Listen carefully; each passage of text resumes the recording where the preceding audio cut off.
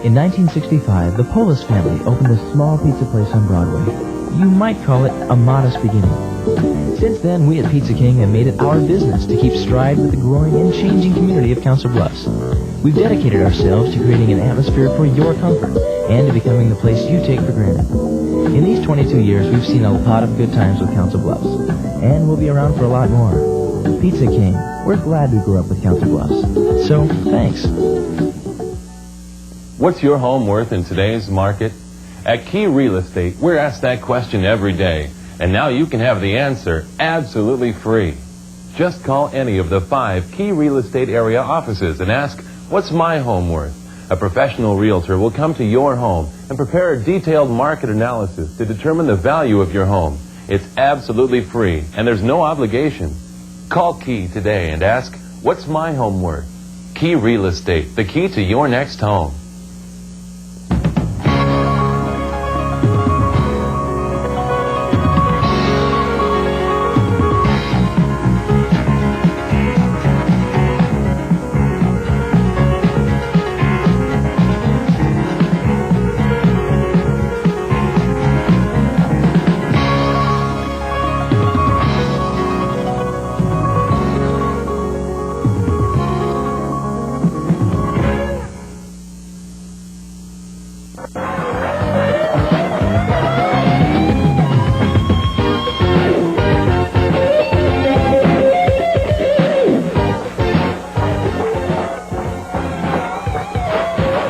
Welcome to Falcon Field. Friday night, I'm Randy Sliva here with Jim Angeli for the season opening game for the Yellow Jackets of TJ against the home team, St. Albert. Jim, like we mentioned earlier, Jim, we're going to have quite a rivalry here because TJ thumped St. Albert last year, and that was their only win, and it took them 3 overtimes. How do you think that's going to affect Coach Chip Malone's team in this tonight's game? Last season was last season, Randy. It's a whole bunch of different kids out there. They're a lot younger than they were last year, and they're just going to look to try and give TJ the best football game they can. TJ's a 4A school against St. Albert. They're a 2A school, and here's the kickoff. St. Albert moving right to left, kicks off to TJ. Return straight up the middle to about the 33-yard line, and we'll start off with TJ on the offensive first.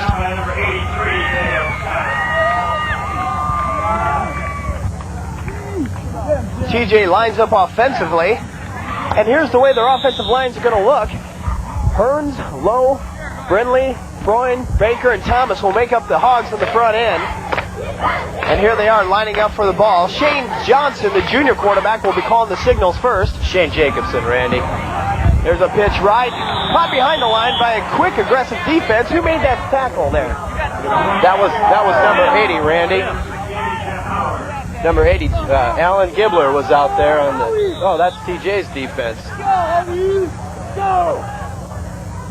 I believe it was number 88, Johnson, the left side cornerback. Okay.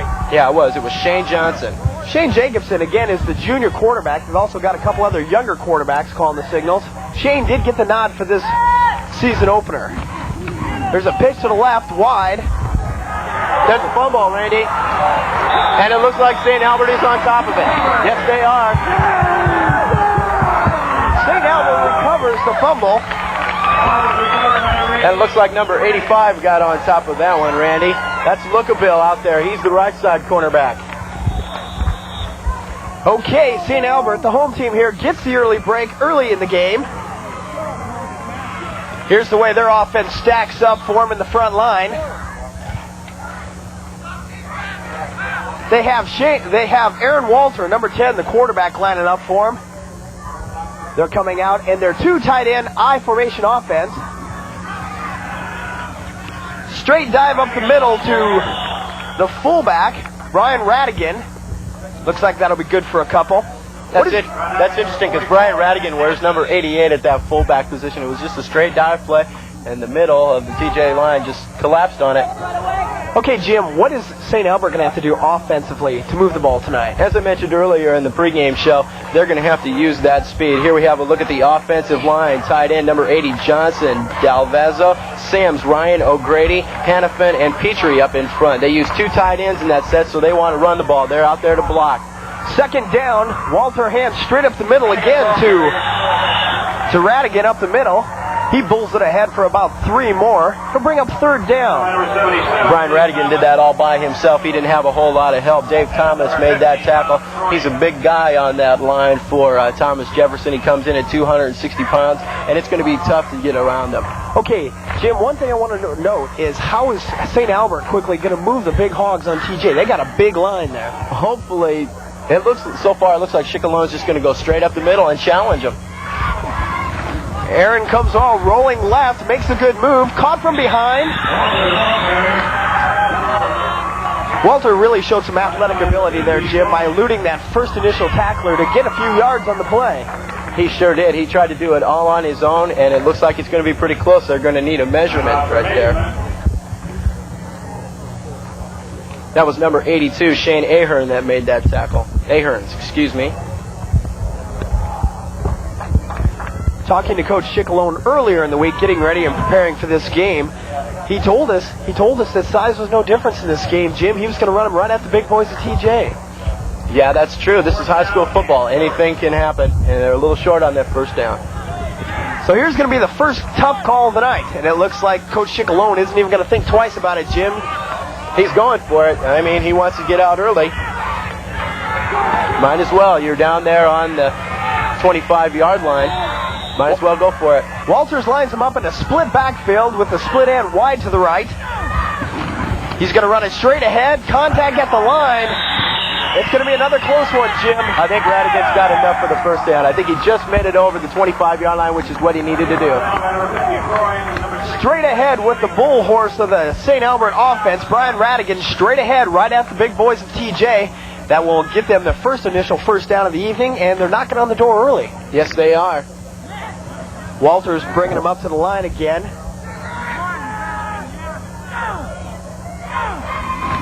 Running a long count. Oh, a big hit. That was a nice play. That was a nice big play hit by big number 44. That was Matt Madsen for TJ that came storming through there. Nobody touched him, and he just went right after Aaron Walters. And got a hold of him on that counter dive. Got an official timeout on the field. Referees seem to have figured it out. Okay, here's the defensive line for TJ. They got Gibbler, Thomas at 260 pounds, Schreff, Capelite, and Baker. Walters running a mini reverse. And there's a flag on the play. That was number 91. That's Jeremy Petrie that ran that ball flare. He's a sophomore. He'll also play a little bit linebacker on defense. He weighs about 180 pounds. The defensive backs for Thomas Jefferson. Froen is the big linebacker. He's the guy that is going to be running loose back there. Number 40, Mays, Aherns, Cruz, Ellis, and Hansen make up the secondary. I tell you what, Jim, whatever that penalty was, it sure was a crucial one. There it was, personal foul. First down for the Falcons. Boy, I tell you what, Jim, the time to have a personal foul is not in your own backyard. No, you don't. You don't want to get your back up against that goal line. That's something that TJ does not want to do early on in this game, is give up a quick score. 8:40 left in this first quarter. Walters up over the line, split left to that double tight end offense. It's a straight dive up the middle, number 41. He's piled up close, about the 3-yard line. That was Jason Smith. He just ran off tackle there and tried to go up the middle. And he picked up. Number 36, Brian Cruz. No, he didn't. He picked up a few yards. And number 75, Scott. You know, Jim, I'm really surprised that St. Albert's is running as well as they are against the oversized TJ teams. TJ has a big size advantage, and it looks like they're just doing it on just grit and determination. Coach Chicalone's teams are very well disciplined. They're split left in that double tight end, in the backs in the I formation. Good defensive surge by TJ. I kind of wonder if Aaron Walters didn't give him that one quite properly, because number 41, Jason Smith, just kind of got that ball on his hip and just fell straight to the ground like he didn't want to lose it down there. Looks like TJ might have been running a stunt that play and might have gambled the right hole. They sure did. They picked it just right. Well, we're looking at third down and goal for the St. Albert Falcons. About 7 minutes and 30 seconds left in this first quarter to play. They're split to the right in the backs in the I formation. Walter gives the dive, rolling left. He's pursued. He's got him in. It's a touchdown. No, It's out. He's out at the 1. I thought Petrie was going to turn it in there for him. Oh, that was Shane Aaron, No, that was number 91. number Petrie. 91, Jeremy Petrie. You're right. Aaron Walter made that dive to the line, then rolled to his left, throwing across the body, making a nice top to Petrie. Petrie just couldn't quite get it in, though. We're looking at a 1st and goal on about the 3-inch line. Walter up over the center, split backfield. They're going straight ahead to Radigan.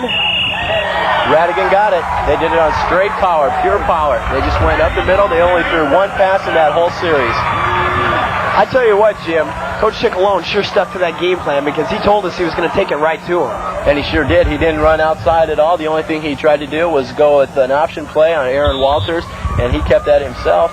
Everything was just straight up the middle on that one pass play. Here they go, attempting that extra point.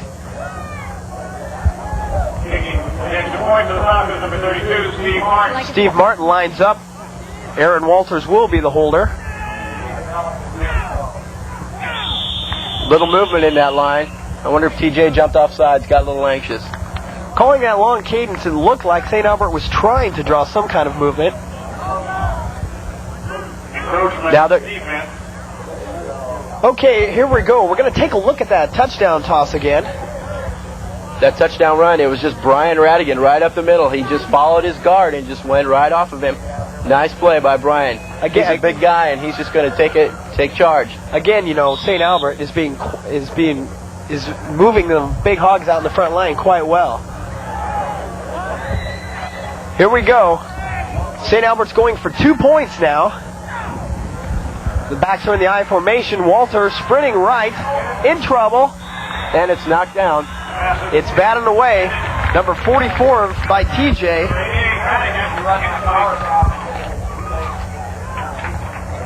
Number 44 TJ looked like a linebacker got in Matt Madsen again. Matt Madsen's been in 2 big plays now.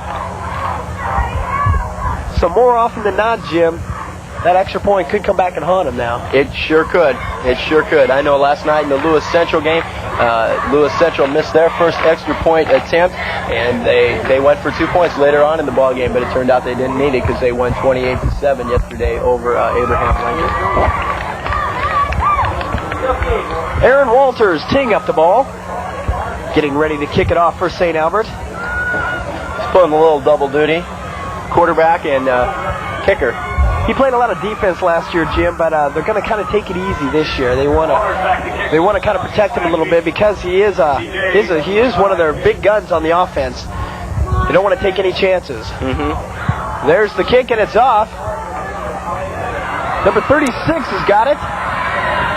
TJ sets up that wall straight out the middle. Ryan Cruz ran right up the middle, bounced right out, took it right. Looks like St. Albert did a good job of plunging up that return, Jim, but they didn't stay in their alleys and allowed Cruz to get onto the outside there. Well, luckily enough, there were a couple guys out there to stop him, but he did what he was supposed to do, follow his blocking up the middle. Okay, Shane Jacobson is going to try and rally his troops now. Get the Yellow Jackets going now. They're in the pro set with the slot left. Straight drive up the middle. That's number 28, Mick Ellis, straight up the middle. Number 68, Howard.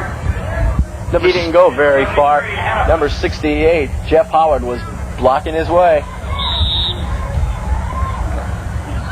Again, TJ is coming off a 1-and. We're quickly taking a look at the offensive line for TJ. Could you tell us about it, Jim? We got the tight end, Aherns. The right tackle is Lowe. Brindley. Freund is the big guy at center. Baker and Thomas out there at left tackle. Jacobson's up over the center, calling the snap. A little counter in the backfield. And again, St. Albert's finds a way to penetrate that line. Counter dive, and it didn't go very far at all. Shane Jacobson was actually slipping as he made that handoff. I tell you what, execution is going to have to be the key for this, again, young and inexperienced Yellow Jacket team. They've got to have a little pride. They've got to want to win. 1-8. They've been 1-17 over the last 2 years. They've got to want to win. The offensive backs, quarterback Shane Jacobson, number 28 Ellis is at running back. Mays, Hanson, and Gibbler are the receivers. There's a fake pitch to the left. Jacobson all caught up. I tell you what, Jim, he didn't have a chance. Number 77 for TJ got pushed all the way back into the backfield, and That's Big Dave Thomas. Shane Jacobson ran into his own man, and then number 66, Greg O'Grady, was standing right there to take him down. the play never even had a chance to develop. No, it didn't. And the defensive line for St. Albert's, they play a 4-4. Howard, O'Grady, Hannafin, and who was the other one? We lost that graphic. Herbert, I believe. Okay. There's the kick. Matt White gets it off, and it's down on about the 43-yard line, making that reception number 24, Hanson. That was Greg Roof. Gets the ball back on downs. And we do have a score of 6-0. First period right here at Falcon Stadium. Just under 5 minutes left to go in this first half. Aaron Walters up over the quarterback. Backfield in the I formation with the split right. He takes a straight drop back. And there's going to be a screen to the left. Number 41 making that reception, Jason Smith.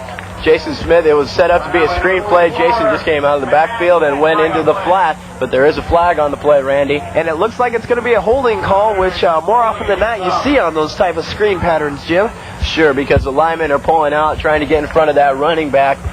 And here's a look at that offensive line. Here's a look at that offensive line. Tight end number 80, Johnson, Dalvazo, Sims, Ryan, O'Grady, Hannafan, and Petrie is the other tight end. On the offensive backfield, quarterback Aaron Walters, Smith, number 41, and running back Brian Radigan, number 88, and the wide receiver is Martin. Again, that was a holding play, still first down. It's going to be first and 22 yards to go. Aaron Walter calling the signals. Again, I'm kind of surprised that they haven't tried a little more deception. Walters up over the center, backs in a split formation now, split right. Takes another straight drop back. He lets it go. Incomplete, intended for number 91. He was looking for Petrie again, and he just overthrew it. The adrenaline must be flowing. You know, they got that lead, and he just flat overthrew it. But I tell you what, Aaron Walter showed you a little bit in his arm right there, though. He does have a good arm, and he's got the look of a quarterback. He carries himself very well. He's very poised back there. Here we go, St. Albert's lining up, be second down. Aaron Walter, senior on this squad, leading the Falcons this year.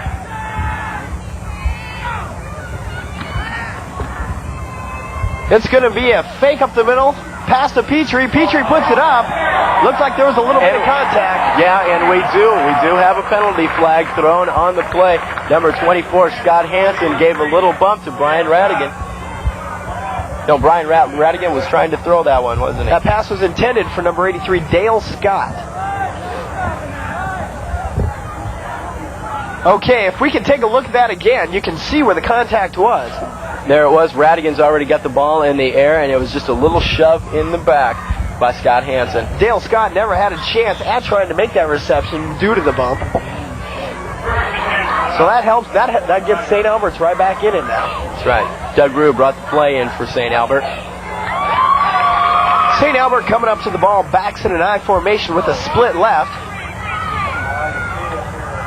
Walter over the center. Walter tries to string out the option right, but he was stopped. That was a bit of a busted play, Randy. The defensive end on that side came crashing through, and he didn't have no place to go. Matt Madsen doing it again. He's been all over that field. He just busted through.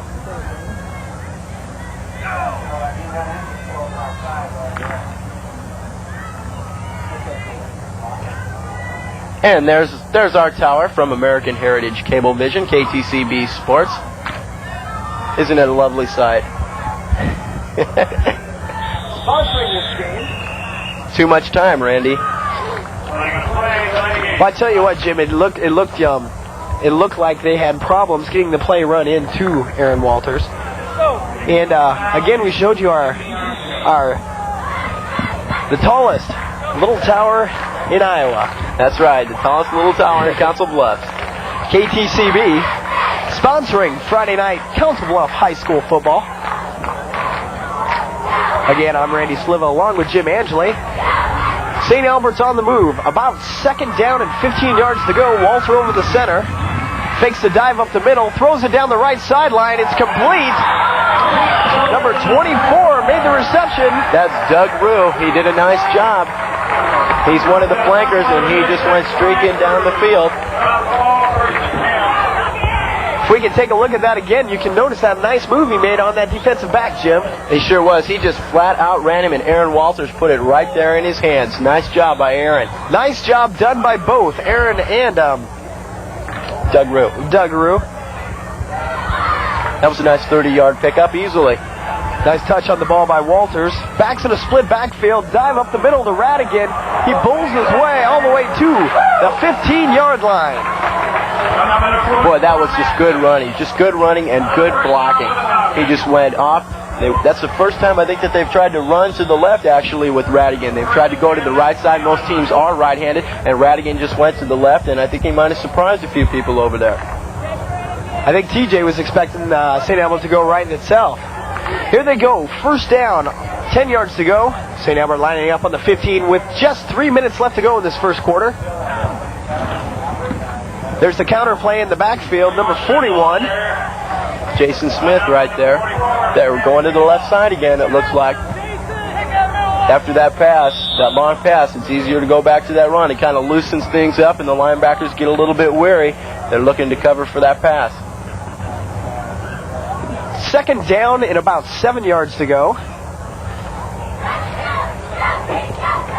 Again, Jim, you have to just about look for some kind of deceptive play here on 2nd down and short. I think Coach is just going to keep it right there on the ground. Walters rolling right, fakes the pitch, nice move, cuts it back inside. Aaron Walters showing great athletic ability on that option right. There's a little bit of that deception we were looking for a little earlier, Jim. No, well, it was just a great move by Aaron Walters. It was just a great thing. Here he fakes the pitch, the defensive end goes for it, and then he goes on into the end zone. There it is, 6 more points for St. Albert. Great move. St. Albert had a little trouble lining up for that extra point, however. Aaron Walters had enough composure to call a timeout. And while they call a timeout, that's going to give us a chance to talk a little bit about what's going on here.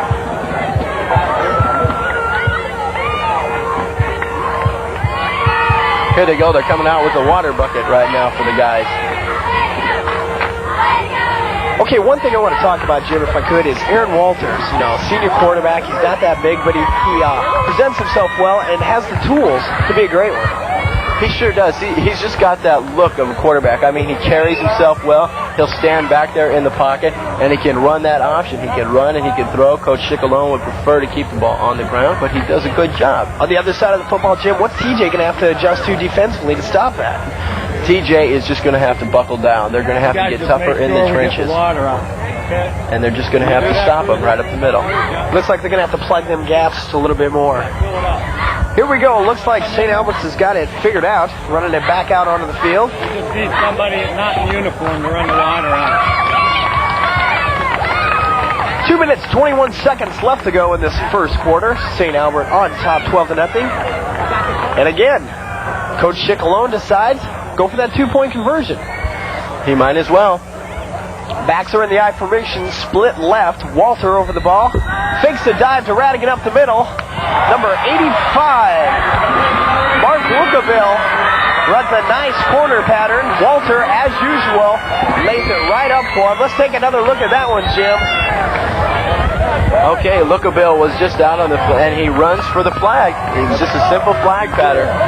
I'll tell you what, Aaron Walter did a fantastic job of putting a nice touch on that ball, laying it up right for Lukaville. Lookaville was wide open. There wasn't anybody near him for 5 yards. I think they were looking for the run there. Then again, though, whenever you dive Brian Radigan, he's going to draw a crowd. That's right. It was a good fake, good play action fake, and that got everything loose. 2 minutes and 21 seconds left in this first quarter. And it's the home team, St. Albert Falcons 14, and TJ looking to get on track. And I know Pat Doherty really wants his team to get on track. He wants to start a winning tradition, and he's got to do it. And he wants to do it right now with these guys because he knows that they have the talent. He's got a young team, and if anybody's going to turn that program around, Pat Doherty's the one to do it. He's got a great attitude. He's the kind of guy that'll get in the players, and he'll motivate them. Walters kicks it off. Received by number 36, Brian Cruz. He's straight up the middle. He found a little bit of an opening. And then just as fast as it opened up, it clamped down tight on him. On about the 33-yard line. On about the 33-yard line. They're just taking it straight up the middle. They're going to follow those big guys up the middle. That's what you're supposed to do. Follow the blocks and then look for a lane. Let's see if junior quarterback Shane Jacobson now can turn things around for St. Albert. Excuse me, Thomas Jefferson. Yeah, don't make that mistake again, buddy. Have a few angry fans. Jacobson tries to roll to his left, and again there was a major breakdown. Number 77 went out to clamp down on that linebacker. I believe that was Dave Thomas, and missed it. Yeah, and that big letdown was by the name of Chris Haniff. That big number 73 came rolling through there for St. Albert and got a hold of Shane and took him down. That could be a painful mistake, Jim. It sure can. Okay, Shane Jacobson getting his team ready to go. Again, Pat Doherty looking for something that can move the ball for the Yellow Jackets here in the first quarter. Jacobson calling the count with a split backfield. We do have some movement. Number 66, Greg O'Grady, jumped for St. Albert, but I don't know if he was drawn up. No, he's offsides. Yes, that's what I thought. Shane Jacobson using a often used ploy with that long cadence, just enough to draw the defense offside. You ought to know about that. You changed the inflection a little bit, Randy, when you were a quarterback a few years ago. You just changed that inflection, hopefully draw off that team who's a little bit anxious and get them come across that neutral zone. I'm afraid it was a lot longer than just a little bit ago, though, huh? You're not that old. Here comes young Shane Jacobson up over center. Again, split backfield. Dive straight up the middle, number 44. That's Matt Madsen. Boy, he's doing it all on both sides of the ball, Jim.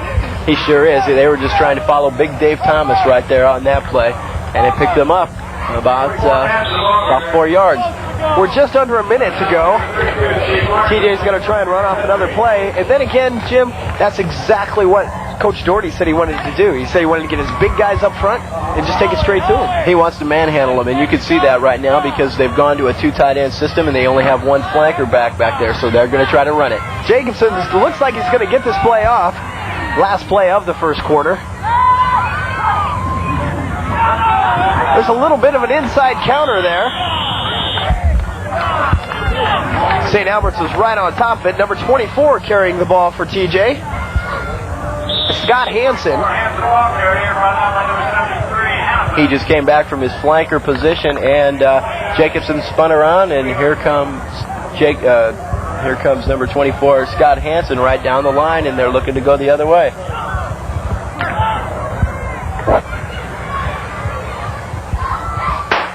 And that's the end of the first quarter. The Falcons having it their way this very first quarter. And as the first quarter comes to an end, we have the score. St. Albert, 14. Thomas Jefferson, nothing. And this KTCB sports presentation is brought to you by Hunt's Income Tax Service. Let Hunt's help you make the most of your money. And Walker Printing Company. Trust Walker Printing for personalized service and quality printing. Keenan Glass and Paint Company, your Benjamin Moore paint dealer and custom glass expert. And finally, Woody's Wheels. Why buy them new when pre-owned will do? I kind of like that one. Oh, Woody's a good guy. Is he? Here we go. Second quarter action. Again, St. Albert stifles the TJ attack. TJ punting. A good rush. Contact on the punter. Number 24 calls for the fair catch. That's Doug Rue handling that punt. doing a fine job of it, I may add. Looks like we might have had a little contact with the punter there, Jim. Oh, it was really nothing. But he did get a good punt off, and he put it up there into that wind, which is blowing towards the AL end zone, or St. Albert's end zone. That's right. now. Quite an impressive punt with that hard rush that St. Albert put on. They are. They're using that quickness that Coach Schicklone wanted to use, and it looks like everything's going their way. Start of the second quarter. Aaron Walters brings them up in the I formation with split to the right. That's going to be a straight dive up the middle. Number 41, Smith takes it. Takes it straight up the middle, then Vers left. And number 25, Gibbs. There was a huge hole there, Randy. Just a huge hole, and he got through, but he tried to cut down the line of scrimmage and get outside, but it didn't work, and then he lost a couple yards, and he only picked up 3 on that play. I tell you what, Smith showed a good burst of speed through the line and then put on a good move just to get outside. He sure did. I think if he would have stuck with it up the middle, he'd have made a few more yards. Okay, Walters up over the center, bringing him up in the I formation. It's going to be another straight dive up the middle to Smith. TJ plugged that one up well, Jim. No room there in the middle that time. Pat Doherty must have said something to him on that sideline.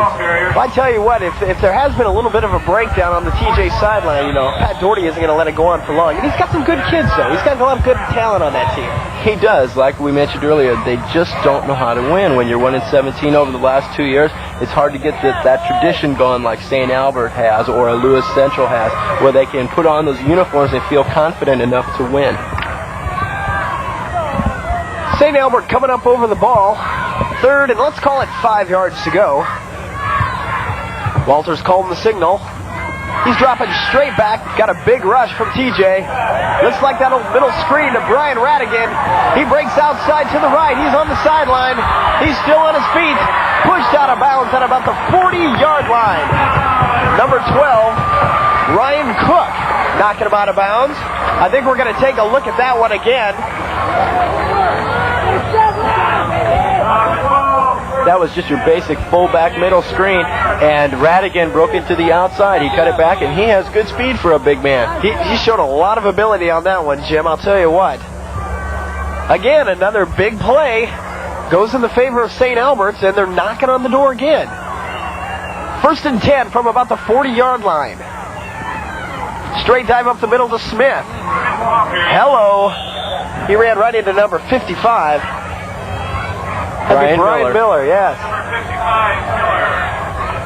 I tell you what, Jim, we had an opportunity to see the TJ team, going back to what we were talking about earlier. And along with the good athletes and stuff, they really want to learn how to win, too. They sure do. That's why they're out there. It's part of football, and it's part of growing up, is you want to learn how to win and get some confidence. And that way, sometimes that'll carry out into the street and into the real world. Aaron Walter bringing him up. 2nd down and about 8 yards to go. Split right, backs in the I formation. Fumble in the backfield. Walters handed off to Smith. Smith bobbled it, and who came up with that, Jim? Okay, it looks like number 50 came up with it, although I'm not sure. Let's take another look at that one, Jim. That was a good hit. It sure was. Aaron Walters never got the ball to Jason Smith, and there was 3 TJ guys right there on top of it to pounce on it. And it was number 50, Don Frohn, that got the ball. Shane Jacobson having just a little bit of trouble getting the play called and all the ensuing excitement there. Instructed by Pat Doherty to go ahead and call that timeout. This may hurt them because with that fumble, that stopped St. Albert's momentum, and Frohn fell on the ball, and this is an opportunity for TJ to get back in the game. And St. Albert is going to have to regroup, and now with the timeout, they sure can. Here they're looking, they're getting a drink of water. The coach is out there talking to him, telling them, hey, settle down, let's stop them, we'll get the ball back, and we'll go right back down the field on them. I agree completely with you, Jim. It's kind of like giving them a little time to regroup there. That may be the inexperience, though, that Coach Doherty wants to avoid.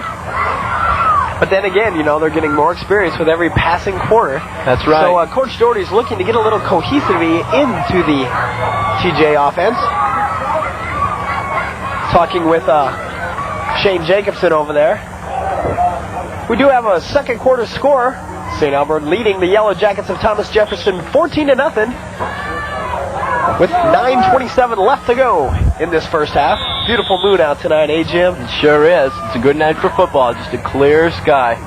Maybe able to see a few stars when it gets a little bit darker. Jeff gave us a good night to play some ball, huh? Mm-hmm. He sure did. Shane Jacobson over the ball, backs in the split set. Little counter action. He's back to pass, gets away. Number 68 was right on top of him. Shane Jacobson eluded him. Who was that guy? Jeff Howard had the chance. He wanted to take off Shane's head and came in a little bit too high, and Shane just ducked right underneath it and scooted for well, he got it back to the line of scrimmage and may have even made something. That was a nice play by Shane Jacobson to elude that oncoming tackler. You always hate to see a quarterback get rushed blindside like that, Jim, let me tell you. Well, you just like sympathizing with those little quarterbacks, Randy. Let's go, lineman. Shane Jacobson backs in a split set. They got a split right. He's dropping straight back. Quick pass over the middle, complete. That was just a button hook, a simple button hook, Randy. And I think that went to Randy Cross, number 88. Yes, it was. Randy Cross making the reception on that one. Nice toss by Shane Jacobson. And again, with each little play like that, a little more confidence. That's right, but it's third down and long. Let's see what they can do. They haven't converted yet on third down. Yellow Jacks looking at about third down, and let's call it 7.5 yards to go. Jacobson up over the center, split left. Long cadence trying to draw some kind of offsides. Has trouble getting it off. Great catch. That was number 40 making that grab. David Mays. I mean, Jacobson just dropped back. He had that rush coming in his face. It was not meant to be a screen or anything like that. It was just a simple run out to the flat. He checked his receivers, found the guy in the flat, and there it was. I think we're going to go ahead and take a look at that one. That was a nice job by Shane Jacobson. See, there's Mays. Nice fingertips, good soft hands. He brought the ball in, and then they nailed him out of bounds. Still a little bit short, though. Fourth down, and let's call it 1.5. Pat Doherty showed a little bit of excitement, a little bit of courage, maybe instilling a little more confidence in that offense. It's Jacobson straight up the middle. Second effort may have got it for him. Great second effort, Randy. Great second effort. He bounced off the nose guard and then just moved to his left a little bit and rolled forward. And I think they may have enough for a first down. Okay, Jim, again, you know, the interesting part of football is where are they going to spot it? That's right. It's the whole thing of where did that knee touch down? And the referees are talking about it. They're talking as if there might have been a penalty there. But again, I didn't see any flags. I didn't see any flags either. We're talking to the St. Albert captain, number 32, and that would be Steve Martin. First and 10. I don't know what that discussion was about, Randy. Kind of like to know what that discussion was all about. Thomas Jefferson driving a little bit with the score 14-0 with just under 8 minutes to go in this first half of football.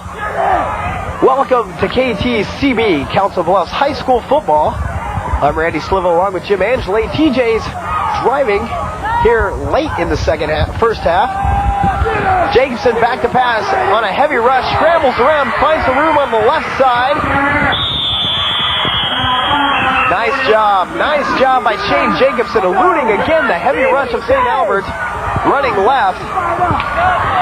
If we could take a look at that one again, I'll tell you what, he really showed a lot of athletic ability there. He sure did. He avoids the rush, he gets out of the way of his lineman, and then just tucks it for about a 12-yard pickup, runs for the sidelines like a good quarterback should, right? I'll tell you what, that's what TJ's going to need. That could be the shot in the arm they're looking for in this first half. That fourth down play was key because it's going to give them that momentum that they need. They made that, and that run shows that Shane Jacobson's got them driving. Straight dive up the middle to number 33. That'd be Jay Connor. Straight dive, straight up the middle. Again, TJ's even walking around, carrying himself with a little more confidence. They sure are. They know they can move the ball now. See, that's the funny thing about these first games, Jim, is they haven't played yet, and they're going to be, you know, this is all new to them. Yeah, it's a new coach. They may have been a little bit nervous too. They don't know what to expect from Pat Doherty under game situations. A lot of young kids too, doing a good job tonight.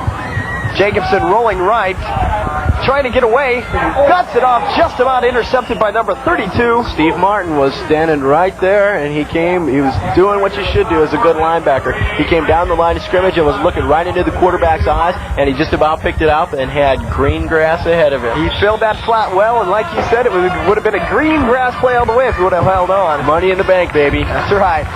Third down and long for TJ. Let's call it about 7 yards. Just under 7 minutes left to go in the second quarter. Let's go, Carter! Keep your head! Pat Doherty trying to keep this drive alive. Got a flag on the play. Offsides. That'll be a big help right there, Jim. It sure is. That's going to make it a little bit closer on third down. I tell you what, someone's looking over the Yellow Jackets on this drive because they've had all the breaks. They sure have. They sure have. That fourth down, that second effort by Shane Jacobson, he's doing a good job. Those two big plays that he's made is carrying him along through this drive. Coach Doherty rallying his troops behind him and putting together a respectable drive. It's a good drive. They're doing the job. They're getting it done. Jacobson over the ball, split backfield, split right. Little counter action fumble. The ball's on the ground. And St. Albert's got it. There goes the momentum. We can take a look at that one again and see who made that hit. That was just on a straight dive, wasn't it, Jim? It sure was, and I don't know if he got the ball quite right or not. We still can't tell. There's just a whole pile of people around there. It happened so quickly, but I'll tell you what, St. Albert's wasted no time at all getting on the old pigskin. No, they don't. So a break for the Falcons with 6:48 left to go in this first half of football. Every time you see that ball laying on the ground, you just yell ball and go for it. That's right.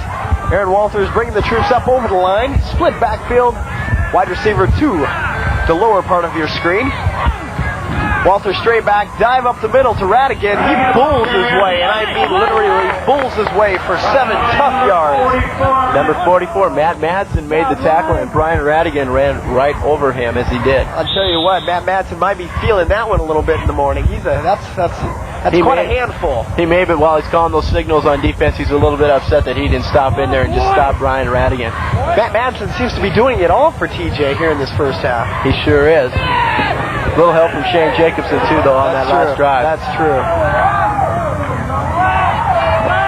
St. Albert set, split right, backs to the I formation. Walters fakes the dive up the middle. He's looking deep on the sideline. Just a little too far ahead. Number 32, Steve Martin. Just couldn't catch up with that one.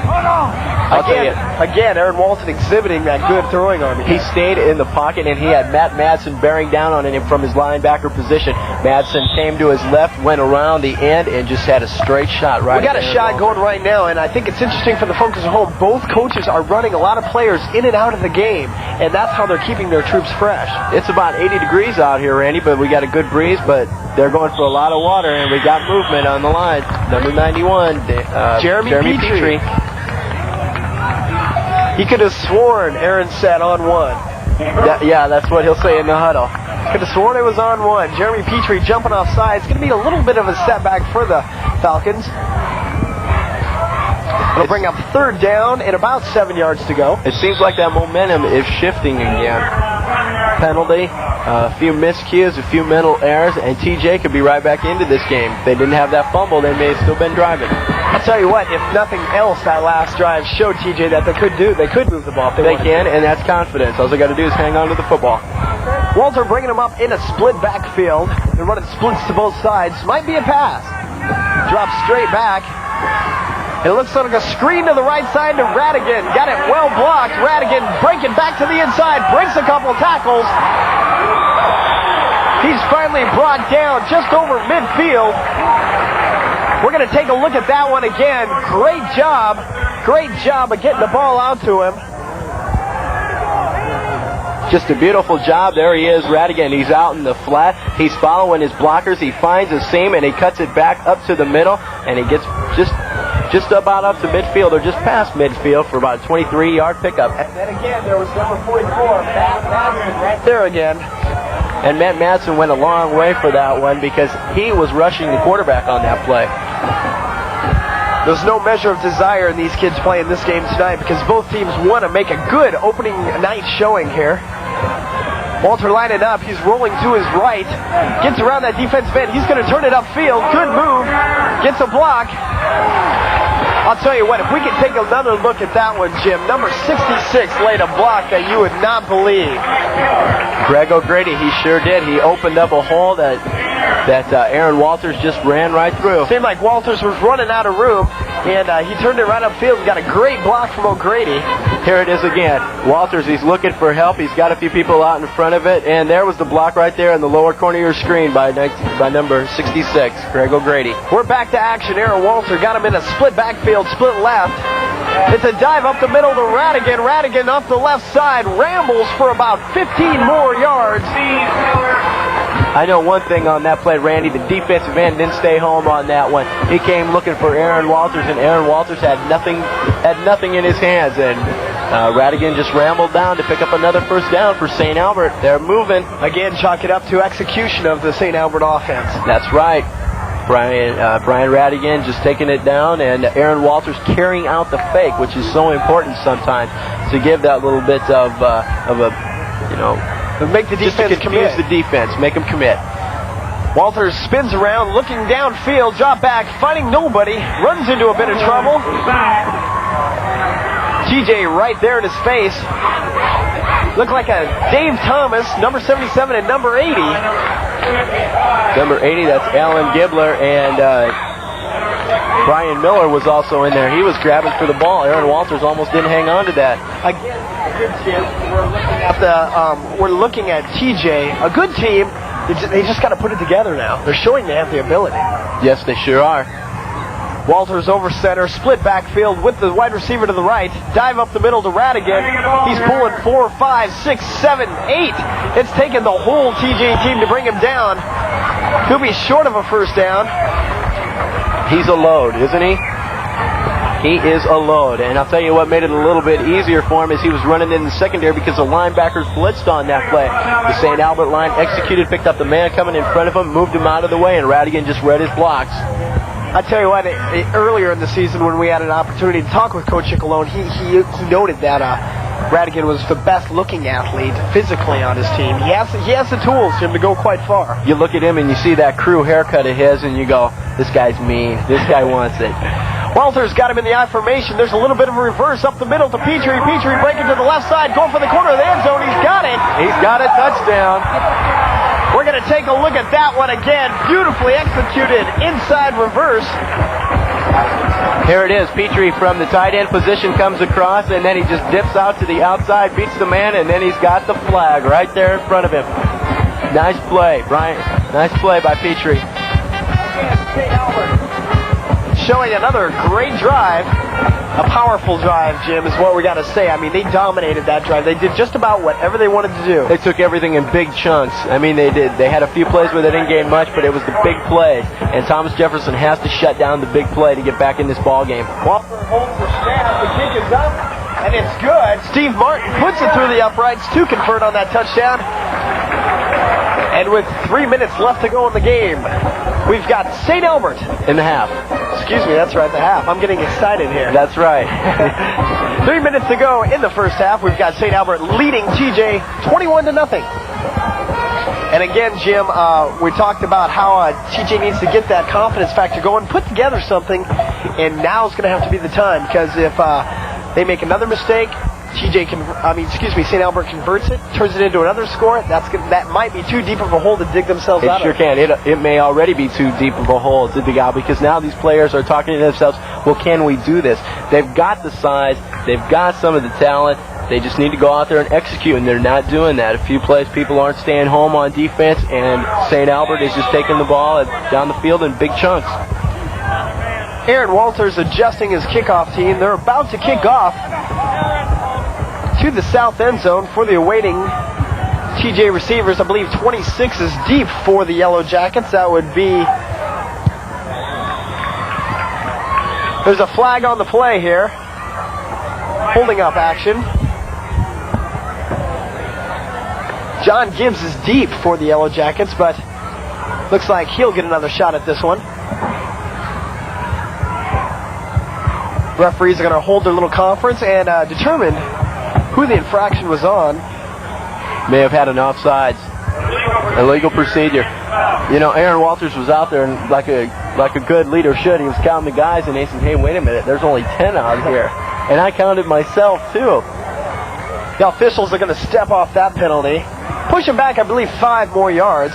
He's going to tee it up from the 35. You know what surprises me, Randy, is there are not very many penalties so far in this game. It's been a very clean game. Just a few offsides, a little anxiousness, and only one personal foul.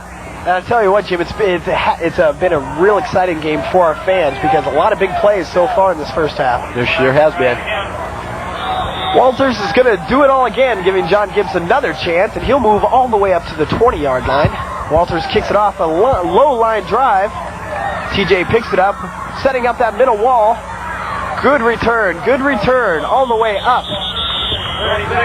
Just about to midfield, just shy of midfield. Carrying that ball was, I believe, number 36.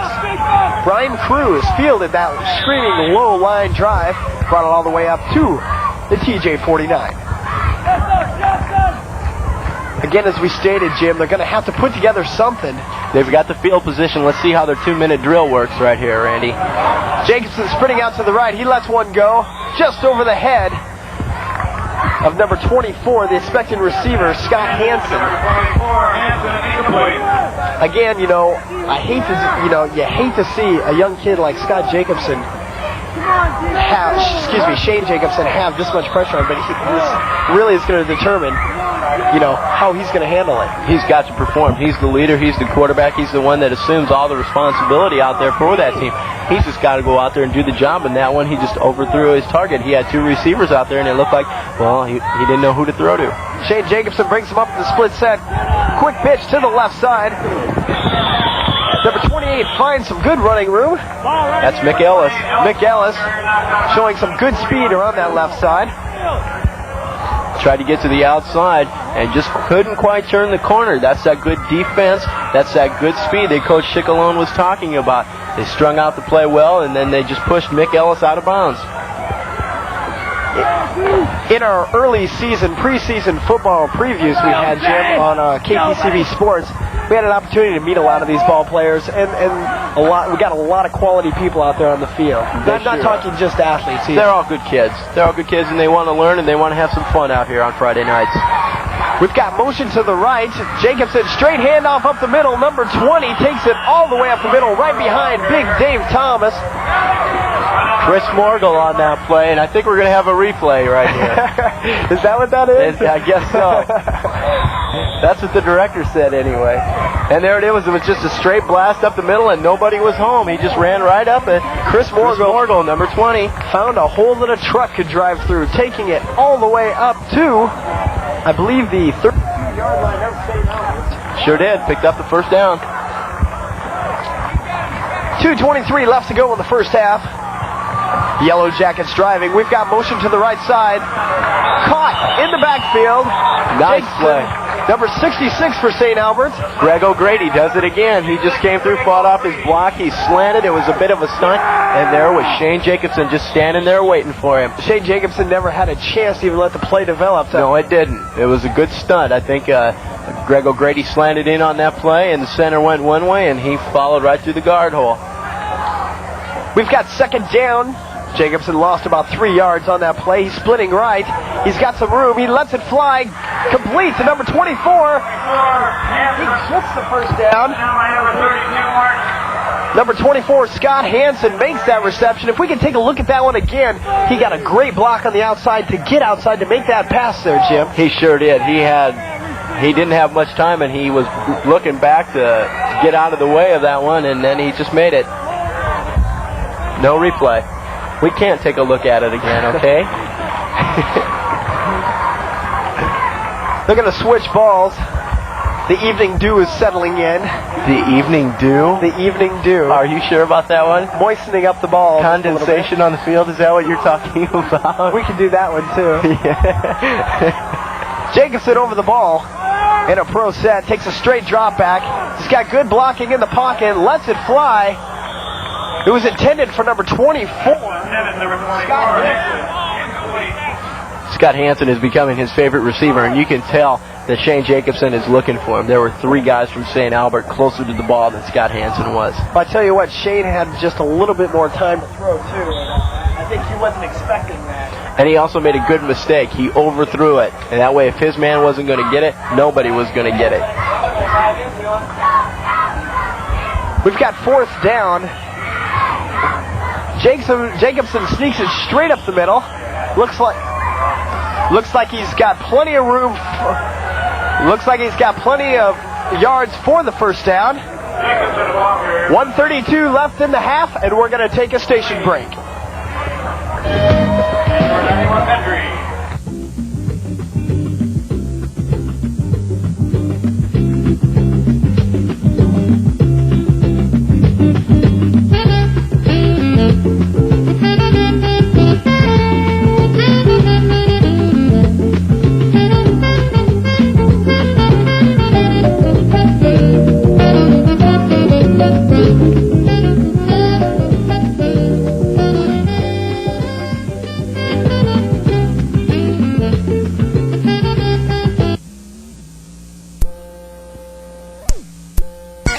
First half of play. Shane Jacobson, quarterback for the Yellow Jackets, just snuck it for about 2 yards, giving the Yellow Jackets a 1st and 10. All right, about the 18-yard line. Let's see if TJ can punch it in right now. We've got motion right. There's a dive to the left. Bulling straight up forward. Got a flag on the play, however, but a good gainer. Flags all over the field, Randy. There's more yellow than on the St. Albert's uniforms laying down there on that field. Number 20, Chris Morgul, carried that ball for a good gain. Seems to be for about 9 yards, but it looks like TJ will have to endure the penalty on this one. Yeah, they're talking with Steve Martin, and Steve Martin says, hey, back them up. Let's go. Push him back the other way. Push him back. Push him back. Way back. Well, I think we'll let the St. Albert cheerleaders handle that one, okay? They're getting ready for halftime. Maybe it is up to us. Oh, I don't know. Costly penalty for the Yellow Jackets, pushing them back all the way to the 32-yard line. We've got a minute left in the half. Jacobson back, makes the pass. Complete, I believe, to number 24 again, Doug Rue. Pass was complete to number 24. Scott Hansen. Excuse me, Scott Hansen. Run out by 88, Radigan. And number 32, Steve Martin. Again, just under a minute left to go in this first half of action. St. Albert leading 21-0. And TJ has taken a timeout. Here comes Coach Doherty. He wants to talk things over. And he says, hey, let's make sure we get this one into the end zone. This is a big possession for them. They want to get on the scoreboard with 54 seconds left. There we are. It's nice to be with you here this Friday night, here at Falcon Field. How's everybody doing tonight? Just a gorgeous night for football. What do you think Coach Doherty's telling the team right now? He's telling them, hey, stick together, think, concentrate, don't get flustered. That's the biggest thing. They're in there, and this is their first real drive. They're inside. They're on the 15-yard line, and they make 6 points if they want to. They've got to stick together, concentrate. No little mistakes like forgetting the count and jumping off sides. I think you hit the nail right on the head right there, Jim, when you mentioned concentration. Concentration is going to be the key to this drive, and to the rest of the game. You can notice that their concentration level and their overall performance as the game has gone on has been a great deal better. That's right. This is the first game of the season. You got to take into account that they may be getting tired. They may be getting a little bit winded. I mean, wind sprints and conditioning help, but under a game, the adrenaline flows. And there's the tough job of getting the water bottles filled. Jacobson now is over the ball, split backfield. It's going to be a fake pitch, reverse, right up the middle, good hole. That's number 24 again. Scott Hansen, the workhorse for TJ's offense so far. Looks like it might be good enough for a first down, and it is. We're going to take a look at that one again, Jim. Back in. Hurry up, take Aaron. Here comes the replay. Shane Jacobson fakes the pitch, and here comes Scott Hansen from his wingback position, and he makes it outside, and then he gets enough for the first down. Beautiful play. Here come the Jackets. 40 seconds left to go in the first half.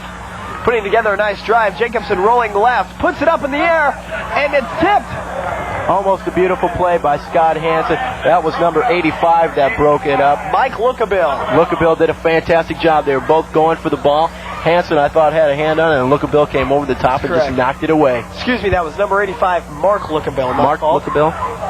Excellent defensive play. Scott Hansen again. TJ is going to Scott Hansen every play. He looks like he's their money man. 30 seconds left to go in the half. Second down, goal to goal for the Yellow Jackets. Jacobson over the ball, calling a long snap, up the middle. Nobody home.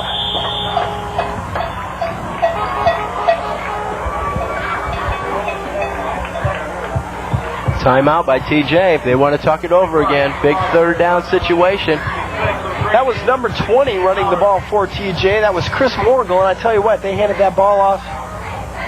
It was like a brick wall. Here we are, 27 seconds left to go in this first half of exciting Friday Night Football here on KTCB Sports, with St. Albert leading 21-0 over TJ. Again, our weatherman Jeff sure did us right tonight, didn't he? Jeff Collins hit it right on the head. He said it was going to be a beautiful night for football. And along with the beautiful night, how about them cheerleaders, huh? They sure are. You're going to try to get me into trouble here? Since I'm the only single one here, that's a felony in this state, buddy. 27 seconds left to go in this exciting first quarter. And again, the score is not indicative of the actual play that's been going on, Jim. No, it isn't. TJ has made just a couple of mistakes. Otherwise, they'd be right here in this ball game. The score would be even. And I'll tell you what, it's a lot of fun watching both these teams progress and grow as the night goes along, play by play. Here it is, 27 seconds left to go in the half. Jacobson up over the ball. They've got movement. Yep, they sure did. Just what you talked about earlier, Jim, those costly mistakes. You got to concentrate down there. You're on the 8-yard line. You got to get in there and you got to take it to them and punch it in the goal line. Punch it over the goal line. Nonetheless, scoring. Costly mistake by the Yellow Jackets. Illegal procedure. That'll push them back another 5. Third down, goal to goal. 25 seconds left to go in this first half of action.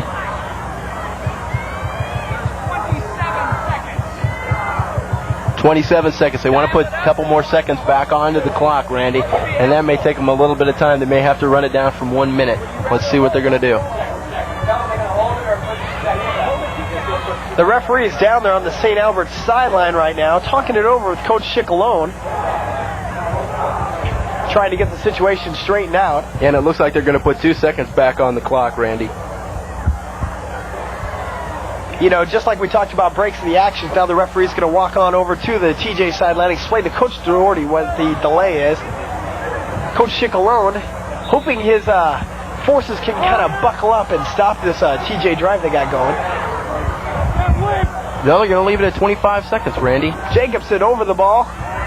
Fakes the dive in the middle, looking. He's got room up the middle. Makes a good move, swerving to the right. And there's a flag on the play, Jim. Let's see what that is. I'm sorry, there was no flag on the play. Yes, now there it is.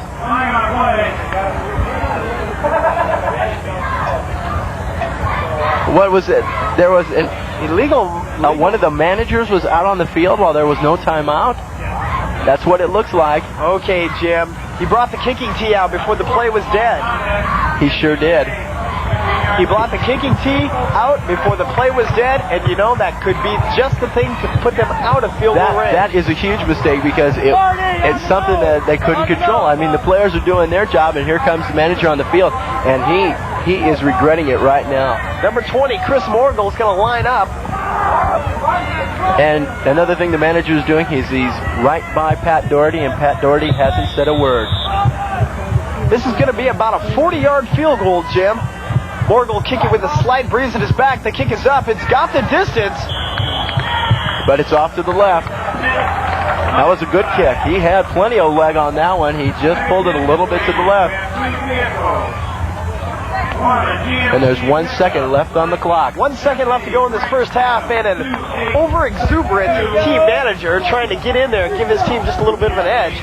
Boy, and what really surprised me is he was right next to Coach Doherty, and Coach Doherty just looked up to the sky and shook his head and didn't say a word to him. When we're talking about Coach Doherty, we're talking about a class act off the way. He sure is. He's a nice guy. Okay, here we go. 1 second left to go in the half. You can bet your bottom dollar Aaron Walters just going to run it out. And there you have it. The end of the first half. That's the end of the first half here at Falcon Field. And our score after one half of play. The Falcons of St. Albert 21. Thomas Jefferson nothing. This has been a KTCB sports presentation. Please stay with us. We're going to take a short break. We'll be right back. In 1965, the Polis family opened a small pizza place on Broadway. You might call it a modest beginning. Since then, we at Pizza King have made it our business to keep stride with the growing and changing community of Council Bluffs. We've dedicated ourselves to creating an atmosphere for your comfort and to becoming the place you take for granted. In these 22 years, we've seen a lot of good times with Council Bluffs, and we'll be around for a lot more. Pizza King, we're glad we grew up with Council Bluffs. So, thanks. What's your home worth in today's market? At Key Real Estate, we're asked that question every day, and now you can have the answer absolutely free. Just call any of the 5 Key Real Estate area offices and ask, what's my home worth? A professional realtor will come to your home and prepare a detailed market analysis to determine the value of your home. It's absolutely free, and there's no obligation. Call Key today and ask, what's my home worth?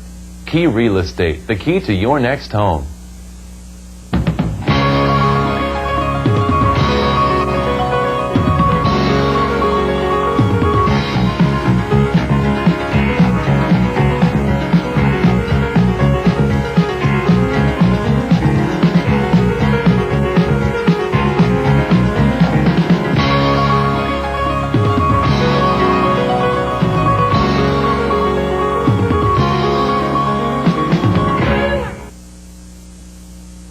Painting is my life. Art, truth, the expressions of the human soul. This dotted line I'm painting is going nowhere, and it's taking me with it. If you see your life passing before your eyes, look at what Iowa Western has to offer. No matter where you are or what you do, Iowa Western has a program that can help you get ahead. Come face to face with your future at Iowa Western. Sometimes I feel the need to innovate.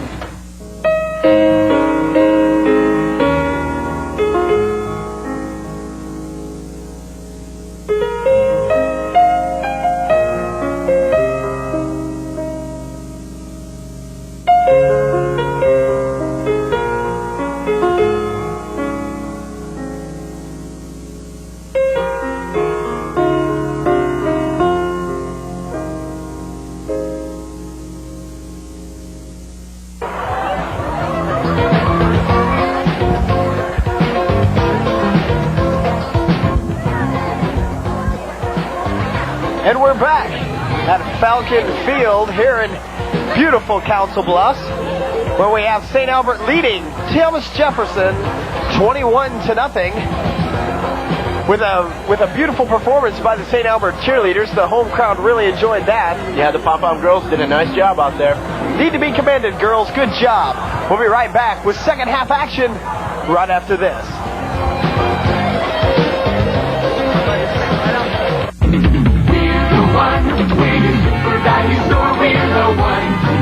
Watch out, Council Bluffs, because here they come. Raj and Scotty's catering team is ready to serve you for parties of 4 to 40 to 400. Business parties, luncheons, family reunions, meat and cheese trays, watermelon boats, vegetable trays, 6-foot sandwiches, wines, and champagne. When it comes to catering, nobody does it better than Raj and Scotty's.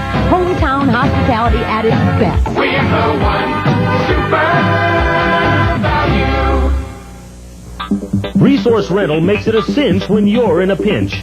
Resource Rental rents tractors, air compressors, auto repair tools, lawn and garden tools, floor buffers and sanders, homeowner remodeling tools and equipment, carpet cleaners, appliance dollies, complete Ryder truck rentals, and much, much more. Make it a cinch with Resource Rental. Just call 328-RENT when you're in a pinch. Resource Rental, Council Bluffs' best alternative to buying. It's here at last, a live local newscast for Council Bluffs. Your News 17 on KTCB, American Heritage Channel 17. Join Brooks Humphreys and Julie Kraft for the latest local news. Jeff Collins with weather and Jim Angeli with sports each weeknight live at 6:30. Now, when news happens in Council Bluffs, there is a place to turn. Your News 17, weeknights at 6:30 and 10 on American Heritage Cablevision.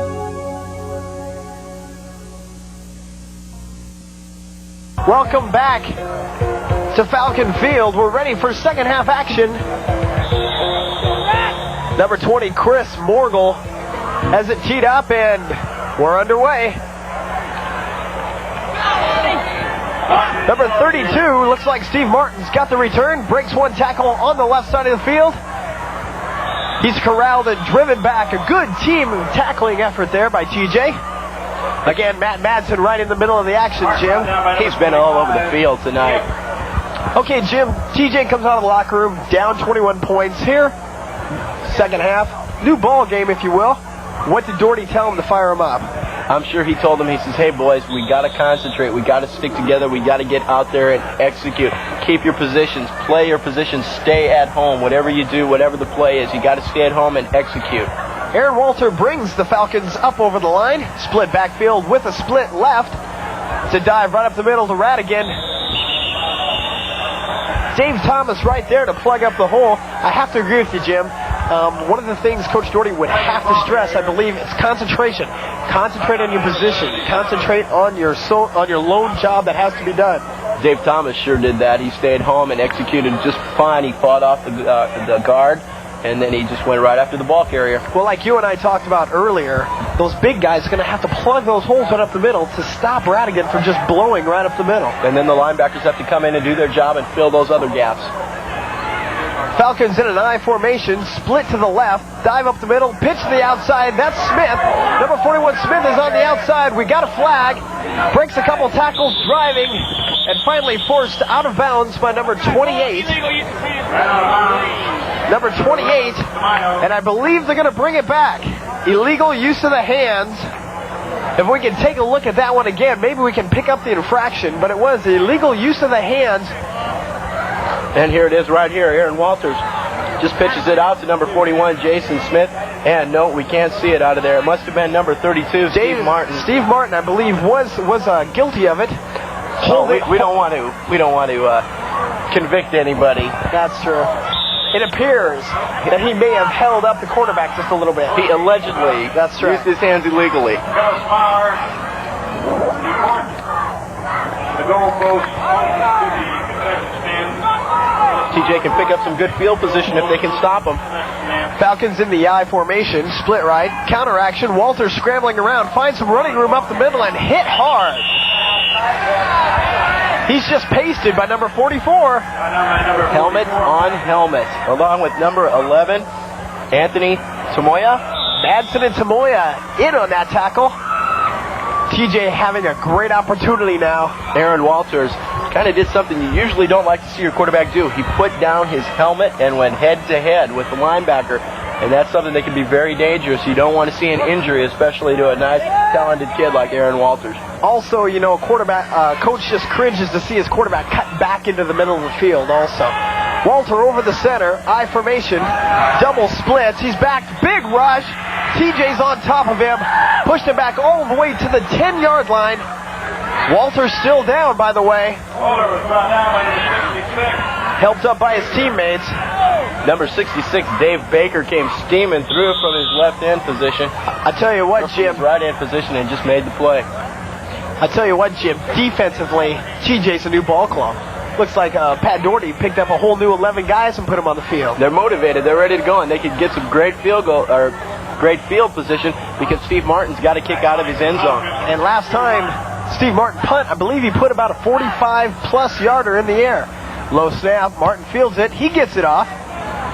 Fair catch signaled at the 50 and gets a St. Albert bounce. And it hit Jeremy Petrie right there, and they're going to call that one down about on the 45-yard line. Good coverage by St. Albert's on that punt. Now, Jim, here's the real test. Doherty has showed us that he can pull his defense together. Now here's the test. He's got to get the offense together, and it's up to Shane Jacobson. And they've got great field position there on the St. Albert 45-yard line. Here's the TJ offensive line. Tight end, number 82, Ahern, Lowe, Brindley, Froen at center, Baker, and Thomas is at left tackle. Again, making up a very large offensive line. Jacobson over the center with the split backfield. There's a sweep left. I believe that's Ellis. Hit hard. Number 28 trying to sweep around that left side. And Brian Radigan just came and blindsided him. Really good tackle. I'll tell you what, Brian Radigan is just having a whale of a game, Jim. He knows how to get physical. He's one of those guys that he's going to have his shirt untucked by the end of the game. The TJ offensive backs, Shane Jacobson is the quarterback. Ellis and Mays are the running backs. Hanson is the wide receiver, and Gibbler is the other one. Gibbler, excuse me. How's that? Go, D! Jacobson brings the Yellow Jackets up to the line. Split backfield. He's rolling out to the right. He lets it fly. Complete to Hanson. Hanson, number 24, takes it all the way to the 30-yard line. Let's take another look at that one. Jacobson showed great poise on that one, Jim. He sure did. He waited for his receiver to become open, and he waited for him to get open. Here he is. He's rolling out, and there he does. He's got Scott Hanson, and Hanson just turns the corner and goes out of bounds at the 30-yard line. Beautiful job. Beautiful job. Jacobson rolling out to the right, hitting Hanson right on the numbers for a nice gain. 1st and 10 on about the 35 for the Yellow Jackets. Splits that backfield. Jacobson calling the count. They've got early motion. The legal procedure will bring this one back. Ellis might as well hold up. And we got a player down on the field. I tell you what, again, Jim, TJ has come out and looked just simply sharp this second half. But again, it's his mistakes that are going to keep him away. That's right. Number 64 for St. Albert. That's Mike Herbert. He got up real slowly, and he's skipping around on that ankle, but he says he's okay. The St. Albert defensive line is Howard, O'Grady, Hannafin, and Herbert right there. And I told you he's gimping around out there. The linebackers, Martin, Petrie, Brian Radigan, and number 36, Turner. And the backfield, Johnson, Lookabill, and Rue at free safety. This is going to give us an interesting. Chance to talk about the interesting defense St. Albert runs. They run a 4-4, which enables them to have 4 linebackers consisting of Martin, Petrie, Radigan, and Turner, and a fine linebacking core at that. Well, basically what that defense does is it frees up the linebackers. You got 4 guys on top of the ball. You've got more freedom. You got 1 more linebacker out there just to roam out there and just watch the ball. And sometimes Coach Chicalone said they'll try and change things up and run a 5-3, and they'll move number 88, Brian Radigan, up to the nose position. They're in that 4-4 set right now. Jacobson over the ball. There's the snap. Straight drop back. He steps up in the pocket. Number 64, St. Albert's. Mike Herbert. Herbert levels him for about... Well, actually levels him for about a 10-yard loss. So it's going to be 2nd down and what would you call it, Jim? 31 yards, 2nd and 31? Let's call it 2nd and 30. Boy, they're way back there. They got a long ways to go. Here's those mistakes again that we were talking about earlier. TJ has been forced into the type of game that they're not going to be able to do. And the long catch-up style offense isn't their style, I don't believe. Oh, geez, what happened there?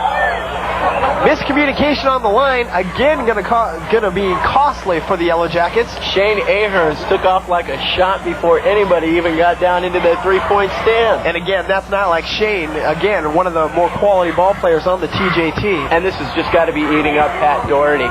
Here he was on the 35-yard line, and now look where they're at. They're back on the other side of midfield. They're back in their own territory, and it's 2nd down and 35 yards to go. Again, if you just tuned in, we're here at St. Albert's Falcon Field, where St. Albert is leading 21-0 over TJ with about 7 minutes to go in the 3rd quarter.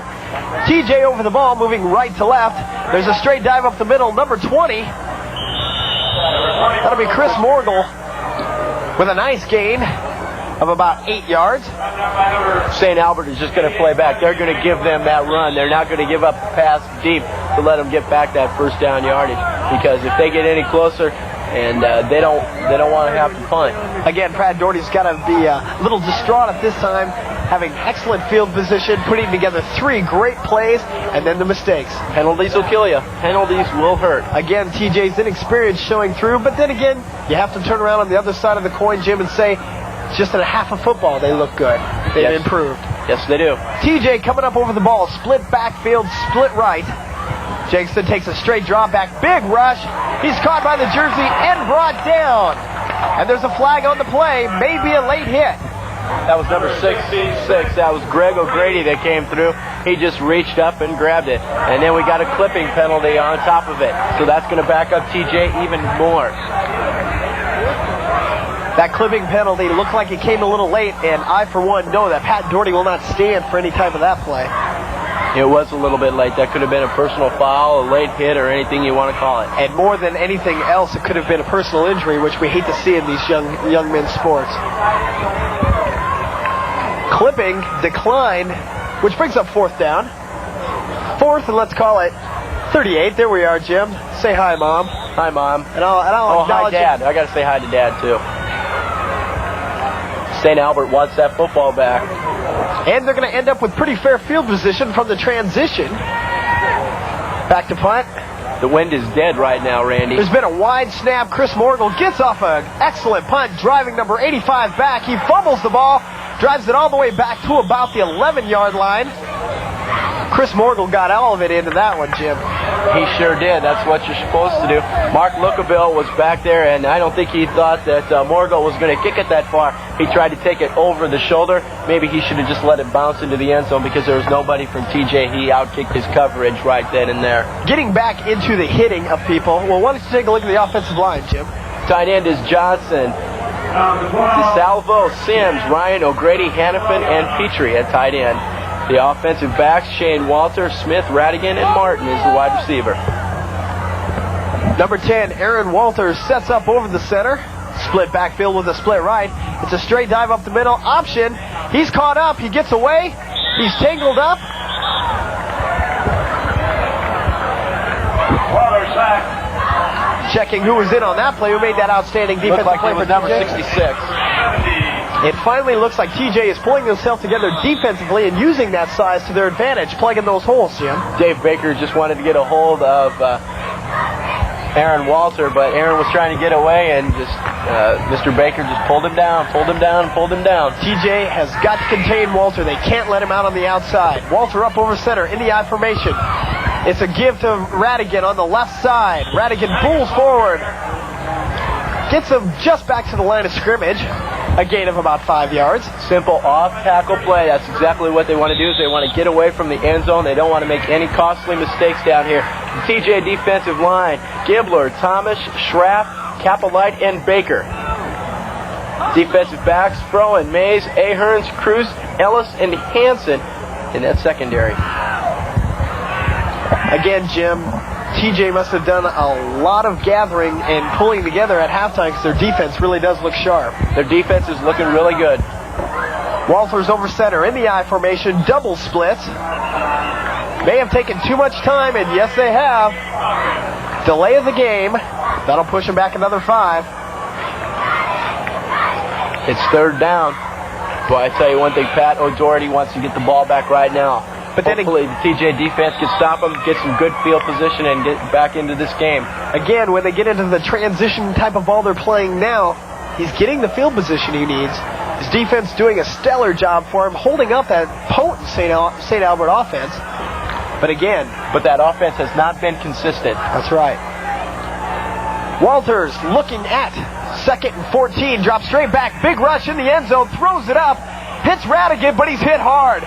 Stood straight up. Fantastic defensive play. That fires up the Yellow Jackets. Who is that man? I think it was number 36, Randy. If we could take a look at that one again, I'll tell you what. Brian Cruz, that's who it was. Brian Radigan never saw that one coming. Excellent defensive play. There it is right there. Cruz just hits him and stands him right up and stays with him and takes him down. Nice play by Brian Cruz. I thought he was going to pick it up because Aaron Walters just hung that ball up there, throwing out of his end zone. 4th and 14. Steve Martin back to punt. He gets it off. It's fumbled. Fumbled by TJ. Number 24, Hanson, fumbled the initial reception, but it was recovered by number 25, John Gibbs. And again, Jim, they've got good field position starting off this drive. Boy, but that could have been costly right there, Randy. If you're not sure of your position, you should call for the fair catch. And Hanson didn't do that. He tried to catch the ball, and it almost cost him because St. Albert was right on top of it. They do have the field position. Let's see what they can do right now. Again, this is a KTV sports presentation. I'm Randy Sliva, along with Jim Angeli. Third quarter action with St. Albert leading 21-0. TJ over the ball. Jacobson calls the count. Straight dive up the middle. That dive was straight up the middle. The ball carrier, number 26, I believe. Excuse me, 28, Mick Ellis. He's been a workhorse for the TJ offense. Coach Marshall Chicalone, Jim. There he's calling the defense right now. And some of those defensive signals can get pretty intricate for these high school kids, can't it, Jim? Oh, they sure can, but those look pretty simple even though we don't know what they are. Maybe we should just go down the booth here and find out what they were. That's true. We got the coaching staff right next to us at St. Albert. Jacobson over the center, takes a straight drop back. He's got 3 receivers in the pattern. He puts it up. He was hit from behind. And it's intercepted. He was hit from behind. Petrie picked it off. Tough break for the Yellow Jackets. Let's take a look at that one again. And Jim, you can just see the way Jacobson's arm was deflected there. Here we go. Here's the replay. Jacobson drops right back. Here comes the pressure. Steve Martin gets a hand on it, and then Petrie just dives, makes a great play to pick it off. Again, when St. Albert, when the Falcons need the big play, they come up with it. Steve Martin coming up with the deflection. Petrie with the interception. Walters looking to turn this turnover into some points. Calls the signal to the I formation to Smith right up the middle. Blows the front line ahead for about 6. Again, that's the surge we were seeing in the first half that we were kind of surprised. Straight dive play right up the middle. They're just going to try to take it right to TJ and just run it right down the middle of the field. One of the things Coach Doherty has got to be worried about right now at this point, Jim, is his defense has been playing great ball. However, they need a rest. They can't stay on the field all second half. That's true, but TJ's got a lot of time. I mean, there's only 1:18 left in this third quarter. Walter over the ball. Broken play, turns it straight upfield. Great individual effort by number 10, senior quarterback for the Falcons. Let's take a look at that one again, would you? Great individual effort by Shane Walters. He gets up a little slowly. Aaron Walter, his backs went one way, he went the other way and made the best of it that he could. And he did a fine job. No blockers out there, and he just got around the end. Well, all the coaches tell all their quarterbacks that if ever you have a broken play, just take it straight upfield. That's the way to do it. Try and get them positive yards. Aaron Walter over the ball. Straight dive up the middle to Smith. Couldn't find nothing inside. Swing it outside. And he's hit hard. TJ defense again doing a good job plugging that middle. Number 22, Keith Jackson, was out there to stop him. Again, for you viewing folks at home, if you're seeing all these athletes, all these kids running in and out of the games, both coaches are running the plays in by spare players, trying to keep both teams fresh. Here we go, 2nd and 12 for the Falcons. Beautiful play by Walter. A quick dive up the middle, hit the split end. Mark Lookabill on a quick slant on the inside. That'll be good for about 15 yards. Let's take a look at that one again. Jim, what made that play work? It was definitely the fake to the fullback right there, and Aaron Walters just looks up and he throws it to Lookabill. Great individual effort. The Falcons looking sharp on this drive, Jim. That play action fake freezes those linebackers for just a second, and that's all we need. And that's the end of the third quarter, Randy. That's the end of the third quarter with the Falcons leading 21, TJ nothing. This is a KET CB Council Bluffs sports presentation. And this game has been brought to you by Hunt's Income Tax Service. Let's hunt up and make the most of your money. Let's help you Let Hunt's help you make the most of your money.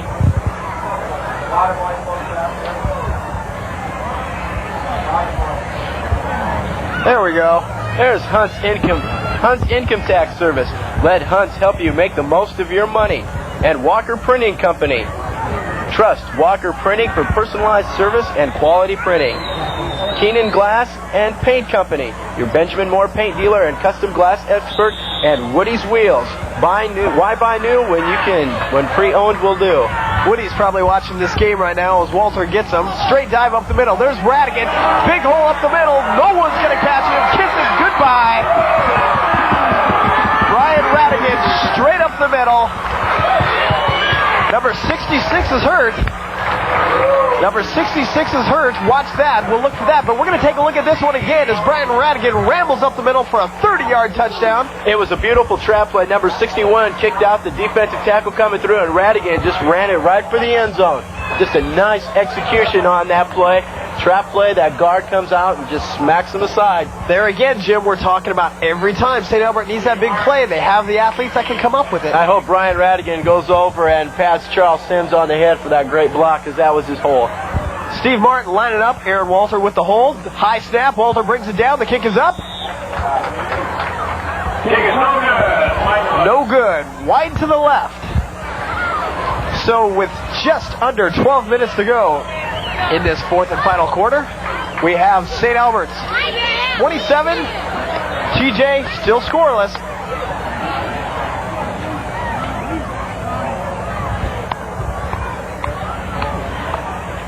While we've got a break in the action here, Jim, we've got to talk a little bit about the fan support here. Both sides of the stands got a lot of fouling here. You know, they got good fouling with all their high school athletics here.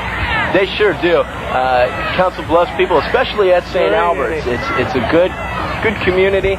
They're a private school, and they tend to bond together a little bit more. There's not a whole lot of people over there on the TJ side. That's probably because they were 1-8 last year, but there's a few faithful fans over there. But I tell you what, along with TJ, all the TJ fans know that Coach Doherty is going to do his darnest to try and turn this program around. There's a lot of excitement and enthusiasm for this upcoming year. There sure is. Don Swartley is just excited that Coach Doherty's got the job. And there's the kickoff.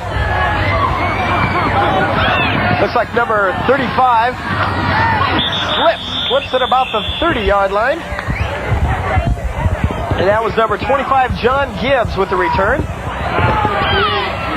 Some of these kids run so fast, it's tough to see them numbers, Jim. It sure is. Okay, here we go. TJ's going to try and start all over again. And I think right now, Jim, is a good time for TJ to just regroup. And rather than win the game, try and sustain a drive and gain some respectability and gain some confidence. They've got to prove something to themselves that they can go out there and do it. They've had the penalties, the setbacks. Now they just want to play for the heart. This is the heart talking. They just want to go down the field and get a good drive put together. Jacobson called the signals, called that long cadence, wanted to pull him off, and did just that. Shane Jacobson does an interesting thing. He kind of pulls up a little bit when he takes the snap. He tries to stand up just a little bit, and he did that. He gave that voice inflection. He gave the little rise of his head, and then he drew off number 68 across that neutral zone. That's Jeff Howard. But then again, Shane's going to have to be careful, though. I've seen a lot of referees love to throw that yellow hanky for illegal procedure on the quarterback's part, too. All you quarterbacks were sneaky, weren't you? The quarterbacks can't initiate the motion, though, however. Here we go. Starting all over. 1st and 15 from the 25-yard line. Straight dive up the middle. He pulls up. He's looking. Got plenty of time. Gets the pass off. Great play by number 85. Mark Lookaville again. Mark Lookaville doing a fine job in the defensive secondary for St. Albert's. He was all over his man, and he did what he was supposed to do, just go up and play the ball. I'm really impressed. You know, we keep talking about how both teams are progressing as the game goes on. But, Shane Jacobson's finding that he's also getting a little more time. Yes, he is. He's had good pass protection, and he's staying back there in that pocket. There's that beautiful moon, and if St. Albert's keeps playing like this, the sky's definitely the limit. for their season this year. That's right. They're looking to make those playoffs, and they can knock off this 4A team. That'll help their chances come state tournament time. Jacobson straight back, eludes a big rush, but not for long. Greg O'Grady got him again. He's playing a fantastic job on that defensive line. He's got that quick speed, good feet, and he gets around his defensive man using that swim technique, and then he's got the quarterback. I tell you what, after Brian Radigan's 30-yard rampage into the end zone, O'Grady was shooken up a little bit. And it's nice to see a young man like that shake off a minor injury like that and play with as much heart as he has tonight. He just wants to play. That's all it is. Get out there, put the cleats on, the pads on, and let's go play football. 3rd and 25 for the Yellow Jackets. 10 minutes left in this final quarter of play. Jacobson fakes the trap up the middle. Balls. Definitely looked like a mixed-up play there, Jim. It's something. He was looking like he was looking for his tailback there, and the tailback went the other way. I'm not really sure what happened there. Looks like the tailback went the other way, and the fullback just took it. All I know is that TJ's in a hole right now. Interesting game, this thing they called football, eh? It sure is. 4th down and a cool 50 yards to go. Chris Morgul is way back. 4th and 30. Gets a good snap. Big rush by St. Albert. Shakes the kick. Let's see where they're going to spot it now, Jim. They're going to spot it right about the 20-yard line. Another crucial mistake. St. Albert's defense pushing them way back. And I'm afraid a score here, Jim, would pretty much slam the door for the Yellow Jackets tonight. Let's take another look at that one if we can to see who came in from that outside. That was an awful big rush. Is that what caused that bad kick? Oh, it sure was. He was under a lot of pressure. Chris Morgul seemed to have got a good snap, however, so that might have helped him a little bit. I guess we're not going to get a replay. Oh, okay. There we go. There it is. Let's see who comes in from the outside right there. Oh, we can't tell. It looked like number 80. It was tough to say. It looked like John Jansen. Walters rolling right, looking to pitch the ball. Keeps it. Looks like he might have been able to dish that one off, Jim, but nonetheless, he kept it. Dennis Lowe was right there in his face the whole time. Did the safe thing.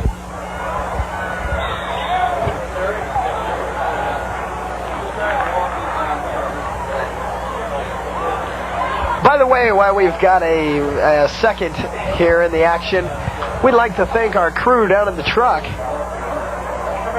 Those guys did a fine job setting up for us. That's right. Mike, Scott, Dan, Todd, Tom. Who else are we forgetting down there? The whole crew of them doing a fantastic job down there. Can't forget Theo with that sideline camera.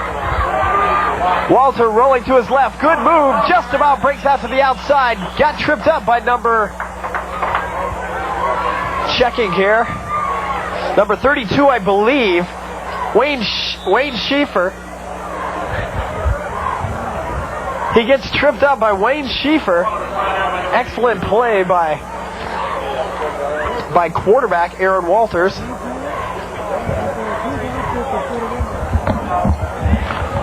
Yeah, I was a little slicker than that though, Scott, huh? Here we go. Walters landing up in the I formation, split right. TJ doing some changes.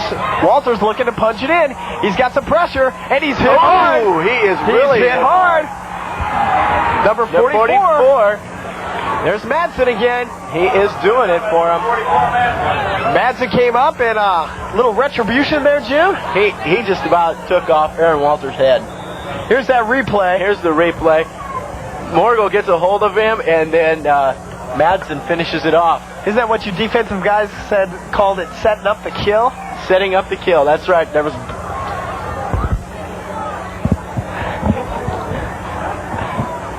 Now they're going to call a timeout. A little bit of a mix-up. Aaron Walters going to have to call a timeout. He's going to have to go over and talk things over with Coach Marshall Schicklone. Well, it's 4th and 17. They want to make sure everything is just right for that field goal attempt. But then again, like we're talking, if they punch it in, it's pretty much gonna ice the game for them. You know, they've got the game well in hand now, but some turnover and some big breaks for TJ as St. Albert's leading, as you see, 27-0 over TJ. But one thing is that the St. Albert defense is bent a little bit, but they haven't broken yet, and I think that St. Albert can hold on. I mean, there's pretty much no question about this. They've just about got it all in the bag. There's a meeting on the mines down on the St. Albert side of the field. Coach Chickalone's weighing out his options. They're throwing the tee back in. That's Coach Rick Wall standing there talking with Aaron Walter. And he's probably telling them right now that 4th and 17, it's going to be a tough call, Jim. Oh, I think they're going to kick the field goal. They ain't got nothing to lose. They're going for it, it looks like. Steve Martin threw the tee off. Number 24, Doug Ruse, running in with his hands up in the air. A couple interesting spectators there watching the exciting action tonight. They sure are. Walter came in and they threw the tee off the field, Jim. I think they're going to go for it. They're going to go for it. They're in the shotgun formation. First time we've seen this from the Falcons tonight. They got a trips formation, long count. Walter's back, flag on the play. He lets it fly, just about picked off. Oh, and Madsen cream, number 88. Ryan Radigan. But hold the phone, folks. We've got a flag on the play. It's against St. Albert. What a break for the Yellow Jackets, Jim, if they're going to pick that one off. Oh, it would have been.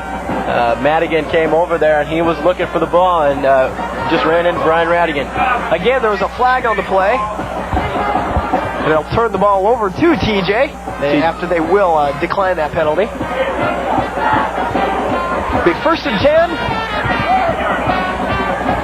on about the 33-yard line. Again, Jim, this is the drive that's gonna make or break the Yellow Jackets right now. They've got to do something and do it quickly if they're gonna want to get in this game. The goal right now is to just get on the scoreboard, Randy. Field goal, touchdown, whatever. Just get on the scoreboard. Don't get shut out. A quick pitch to the left. That's number 20. Chris Morgul taking the sweep to the left, taking it to the far side of the field. Looks like he picked up a couple. And Brian Radigan was the first guy out there from his linebacker position. He held them, and then the rest of the guys came. These last 7 minutes, Pat Doherty's got to instill a little pride in his offense here. His defense has played remarkably well. I myself am impressed with the defensive play of the second half. They've done the job defensively in the second half. They really have. They're a different team from that first half. Now they want to get it going offensively and punch it into the end zone. Get something going. Jacob gets the snap, fakes the pitch right, big rush. Looks like that O'Grady's in there again, Jim. He sure is. That's about what, his 3rd sack of the night, at least the 2nd in this quarter. Jeff Howard teams up with Scott O'Grady. I tell you what, that O'Grady kid is having a heck of a game tonight. He sure is. He's just getting by everybody that TJ puts against him. And again, you hit the nail on the head when you said that St. Albert defense has done a lot of bending tonight, but just refuses to break. Mm-hmm. And you know what? He's going against Dave Thomas on a few plays, and he's getting around him. There's a bootleg to the left side. Jacobson makes a cut, cuts back inside, gets a few yards. Pick of about 3.5, gets him back to the line of scrimmage. And Greg O'Grady pursued that play, went down the line of scrimmage, came out from his linebacker position, and then followed it down the line and pursued and then nailed Shane Jacobson for the tackle.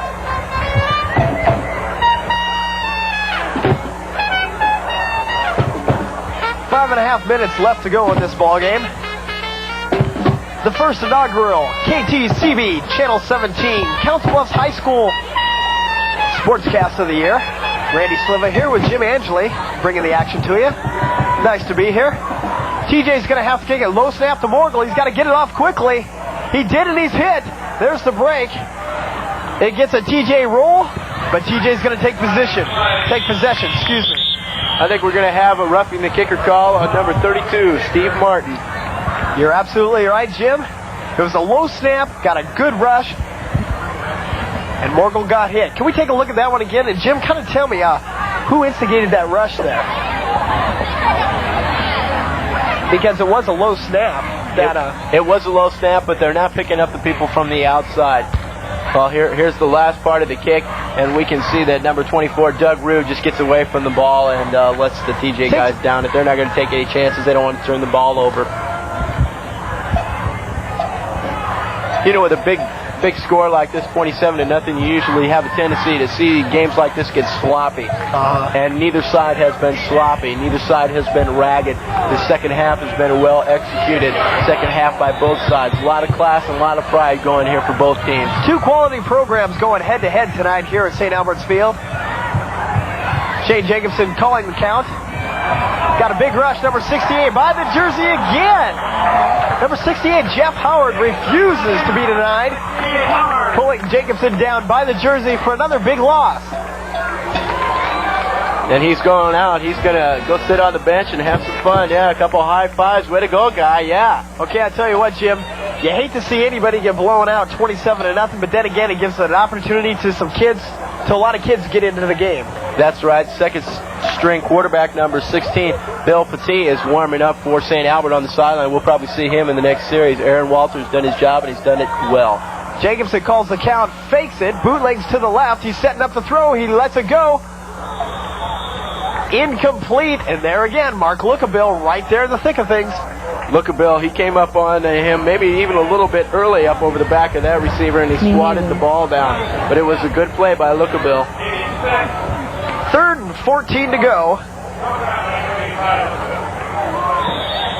And time is slowly slipping away from the Yellow Jackets.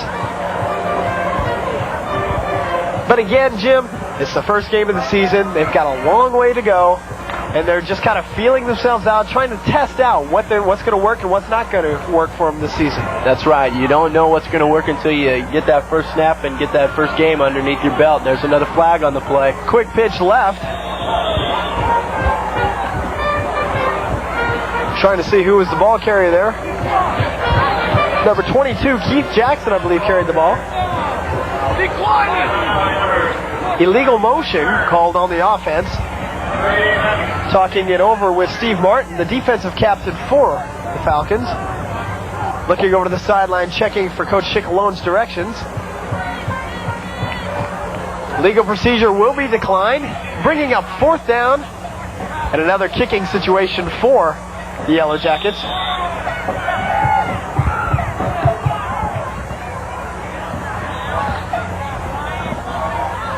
Again, Chris Morgul sets up to punt. Good snap. The kick is off. Another good rush by St. Albert. Coming back with the St. Albert roll. And the ball is down on about the 33-yard line. St. Albert is awfully lucky on that play. That almost hit number 36, Joe Turner, on that play. He had his back and he back to the ball, and he was blocking, and it almost hit him right smack in the middle of the back. If they would have done that, that's a free ball. That's TJ ball. Once again, I'd like to thank everybody for joining us here, Jim and I, here for KTCB's Council Bluffs Channel 17's inaugural sportscast of this high school year. We'll be talking to you 3 more times this season, covering some area football games. Aaron Walter over the ball now. Takes the dive up the middle, feeling some pressure, gets to the outside. He's running out of room, showing some speed. Number 33 and number 22, and they're exchanging words a little bit. 33 and 22 were on that play. Keith Jackson and Wayne Schieffer again. Excuse me, Jay Connor. Jay Connor was in on that one, doing a fine job.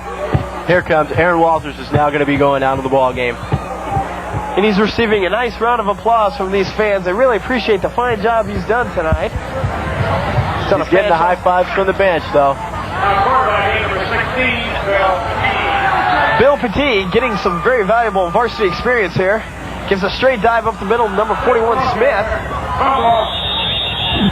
Jason Smith. That's kind of an interesting story in itself, Jason Smith. He's as we get a little school spirit here.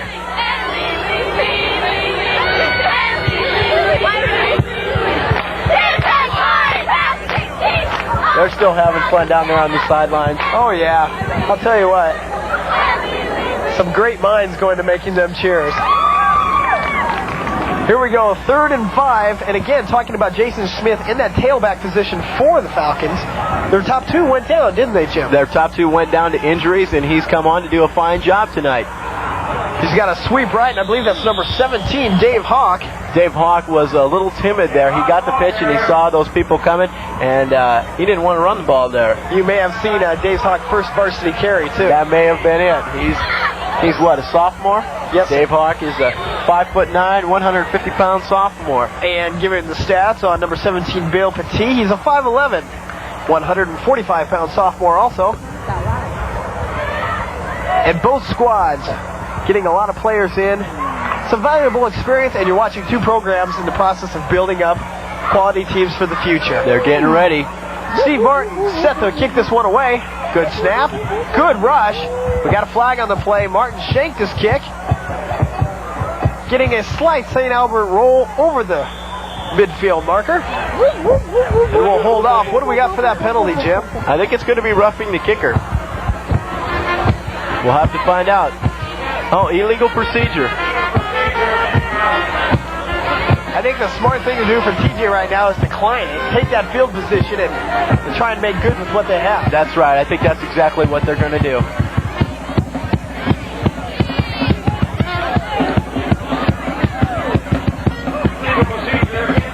TJ does decline it, and here comes the offensive unit out onto the field. Coach Pat Doherty sending his offensive unit out. Probably have just enough time for one more drive with just over a minute left to go in this final quarter of play. We have St. Albert leading TJ 27-0. A lot of the second unit players are in for St. Albert. And right now what they want to do is they want to get a little playing experience, but they're going to be playing. They want to preserve that shutout. They want that goose egg up there. I say no to Reagan. TJ is taking a timeout, Randy.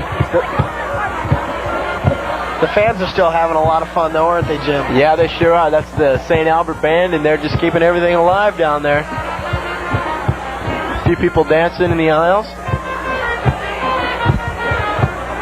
Got a little confusion on the field as to when the play is going to actually start. Minute 9 left to go in this fourth quarter of play. Jacobson over the ball. Fakes the pitch, sets up. Got a lot of time. No receivers, however. Makes a nice run, cuts back up the middle. Tony Alpers made the tackle on that play. Shane Jacobson looked at for his receivers, checked off, and then he just took off.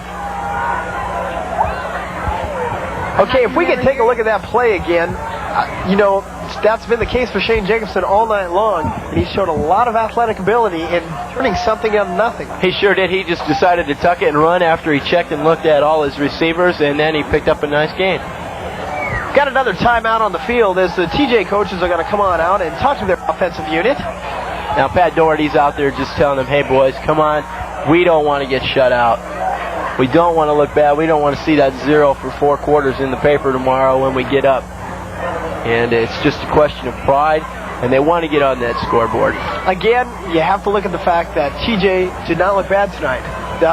Except for some costly mistakes, which is going to come with experience, they played a good ball game. I'm a little bit surprised, though. I was surprised that St. Albert was able to run on them the way that they have been. The quickness has really taken charge. The quickness of St. Albert was really evident, especially overcoming the size and the speed that TJ had. There's number 66, Greg O'Grady, had a great game tonight. Getting interviewed right there. The young man deserves a good round of applause. He's talking with Tim Woods, isn't he, of Nonpareil? Here we go. Back to the action. Jacobson drops back, gets good protection, sets up the throw. He lets one fly. He's got one deep.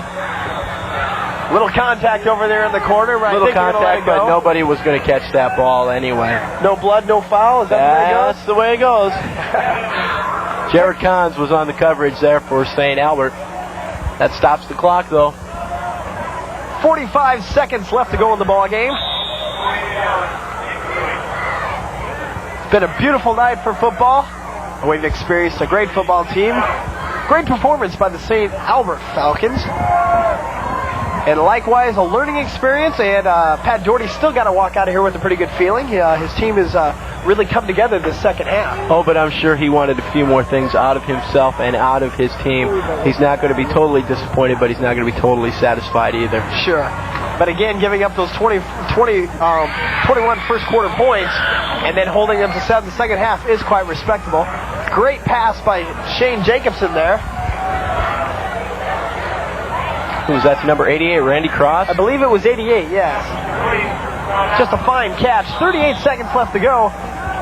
Again, TJ's going to give it everything they can to punch that final ball in. And you can expect him to throw. St. Albert's defense is just dropping back into prevent. Sitting way back, but still getting a strong rush. Jacobson setting up, rolling outside, putting it up in the air. He's got it. It's a touchdown. He's got it. And look at that TJ sideline. Look at those people. Remember some happy boys, Jim. They are excited. Remember some happy boys. He threw that ball right where he had to, and it was a great catch. Look at Coach Doherty. Just what he wanted to do. The monkey's off his back. The goose egg no longer exists. That did a lot for the TJ offense right there. Let's go ahead and take another look at that. Jacobson did a fantastic job rolling out. He sure did. He was just looking for his receiver, and he threw deep to the end zone. 3 guys from St. Albert around the ball. Trying to figure out who caught that ball. I think it was number 24. That's been his hot hand all night, Scott Hansen. And take the timeout. It's our pleasure at CNN to bring good news to Council Bluffs. First, with the comprehensive news and information available to you 24 hours a day on CNN, Cable Channel 14. Plus, headline news, your 30-minute wrap-up of national headlines, sports and features, also available 24 hours a day on Cable Channel 15. And now, with Council Bluffs' first local television newscast, Your News 17, each weekday evening at 6:30 p.m. It's all good news for you on American Heritage Cablevision. Drugs are great. Drugs make me strong. Drugs make me smart. Drugs make me feel good. Drugs make me cool. You believe that crap? Huh? You believe all that stuff they're handing you about drugs? You want to believe in something? How about yourself? Don't do drugs. Brought to you by MTV, RAD, and your local cable system. Hi, I'm Jim Angeli. And I'm Randy Sliva. We're your News 17 sports team. At Your Sports 17, we're committed to giving the Council Bluff athlete recognition when recognition is due. That's why we've started Your Sports 17 Athlete of the Week. Each week, we'll salute that chosen athlete with a quality trophy from Midwest Sporting Goods. From bowling, fishing, any sport, just put your nomination in writing. Send your nominations to Your Sports 17's Athlete of the Week. P.O. Box 1709, Council Bluffs, Iowa 51502. Now remember, your nominations must be in writing, so send them to Your Sports 17's Athlete of the Week. P.O. Box 1709, Council Bluffs, Iowa 51502. Each week's winners will be featured at Wednesdays at 6:30 and 10 o'clock. The Your Sports 17's Athlete of the Week. It's the Council Bluffs athletes' turn to finally be recognized. After that short station break, with 16 seconds left, we have the score 27-6. TJ scoring on a long pass from Jacobson to Hansen. Beautifully executed. And Jim was just telling us what that's going to do for the team of TJ. Oh, you could see that bench. That bench was just elated when Shane Jacobson put that ball in the air and it was caught in the end zone. That's going to give them, and maybe that'll help them out in their next game next week. Coach Doherty's got his offense lined up for the two-point conversion, split backfield. Wide receivers split to each side. Jacobson pulls up, hits it quickly. It was in and out of the hands. Again, we're having trouble seeing the number of that receiver. It was batted away by number 24, though. I believe the expecting receiver was number 82, Shayna Hearns. Yeah, Doug Rue came up and made a nice play on that ball, tipped it up into the air, and then caught it and knocked it down. caught it and prevented them from scoring the 2 points. With 16 seconds left in the ball game, Jim, kind of looking back in retrospect over the whole game, it's been a good, solid team effort by the Falcons. Let's see what kind of Coach Pat Doherty is. There's 16 seconds left. Is he going to go for the onside kick? I think he's going to, because I think he wants another shot at that, another shot at the end zone. Let's see what he does. Chris Morgul's waiting for the go signal. He's not as deep as he usually was, and yeah, he's just going to kick it away. They're going to run it out here, Jim. Uh-oh, that's trouble. Number 26 lost the handle on it.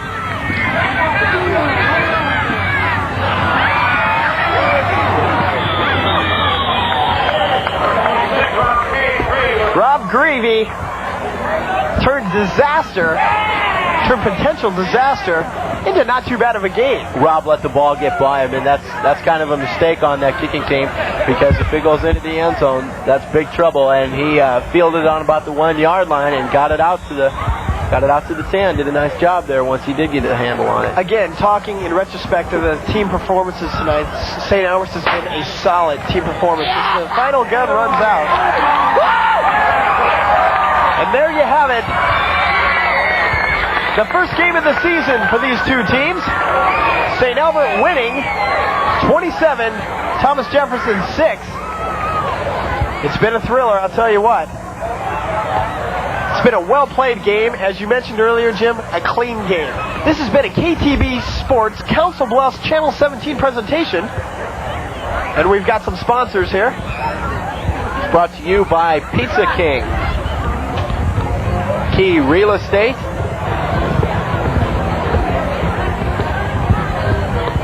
Council Bluffs Savings Bank,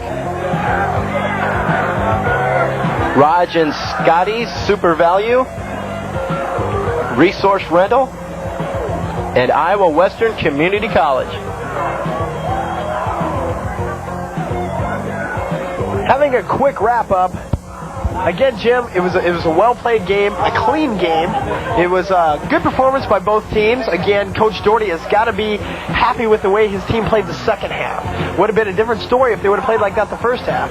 It sure would have. It would have been a much, much closer game. I think that they finally found themselves. The coaches made some adjustments to better suit the talent that they had, and they played pretty good that second half. And then that touchdown pass from Shane Jacobson looked really good, and that puts them on the scoreboard. That gives them a little bit of confidence going into next week. That gives them something to build on. On the other side of the ball, St. Albert Falcons played a great game, strong on both sides of the football. St. Albert just came out and just dominated in that first quarter. They did what they had to do. They jumped on. Maybe TJ had some nervousness, and they just jumped on them and put it into the end zone 3 times. Pretty much did what they had to do to win the game. There's a look at Aaron Walter. He's getting a congratulations from the coach. Fine job by the senior quarterback for the Falcons tonight. He did it all. Running, passing. He sure did. He sure did put on quite a show for these fans tonight. Again, it was the Falcons of St. Albert coming out victorious on top of Thomas Jefferson, 27-6. Again, for Jim and myself, we'd like to thank you for watching tonight. Stay tuned. We'll be back in about 2 weeks to cover another quality Council Bluffs High School football game for you. I believe that game is going to be the Gross Abraham Lincoln game over at City Park. Uh-oh. And I suppose, and you're going to be rooting for AL all the way, right? That's right. Okay, you're not going to be partial to these Cougars, are you? No.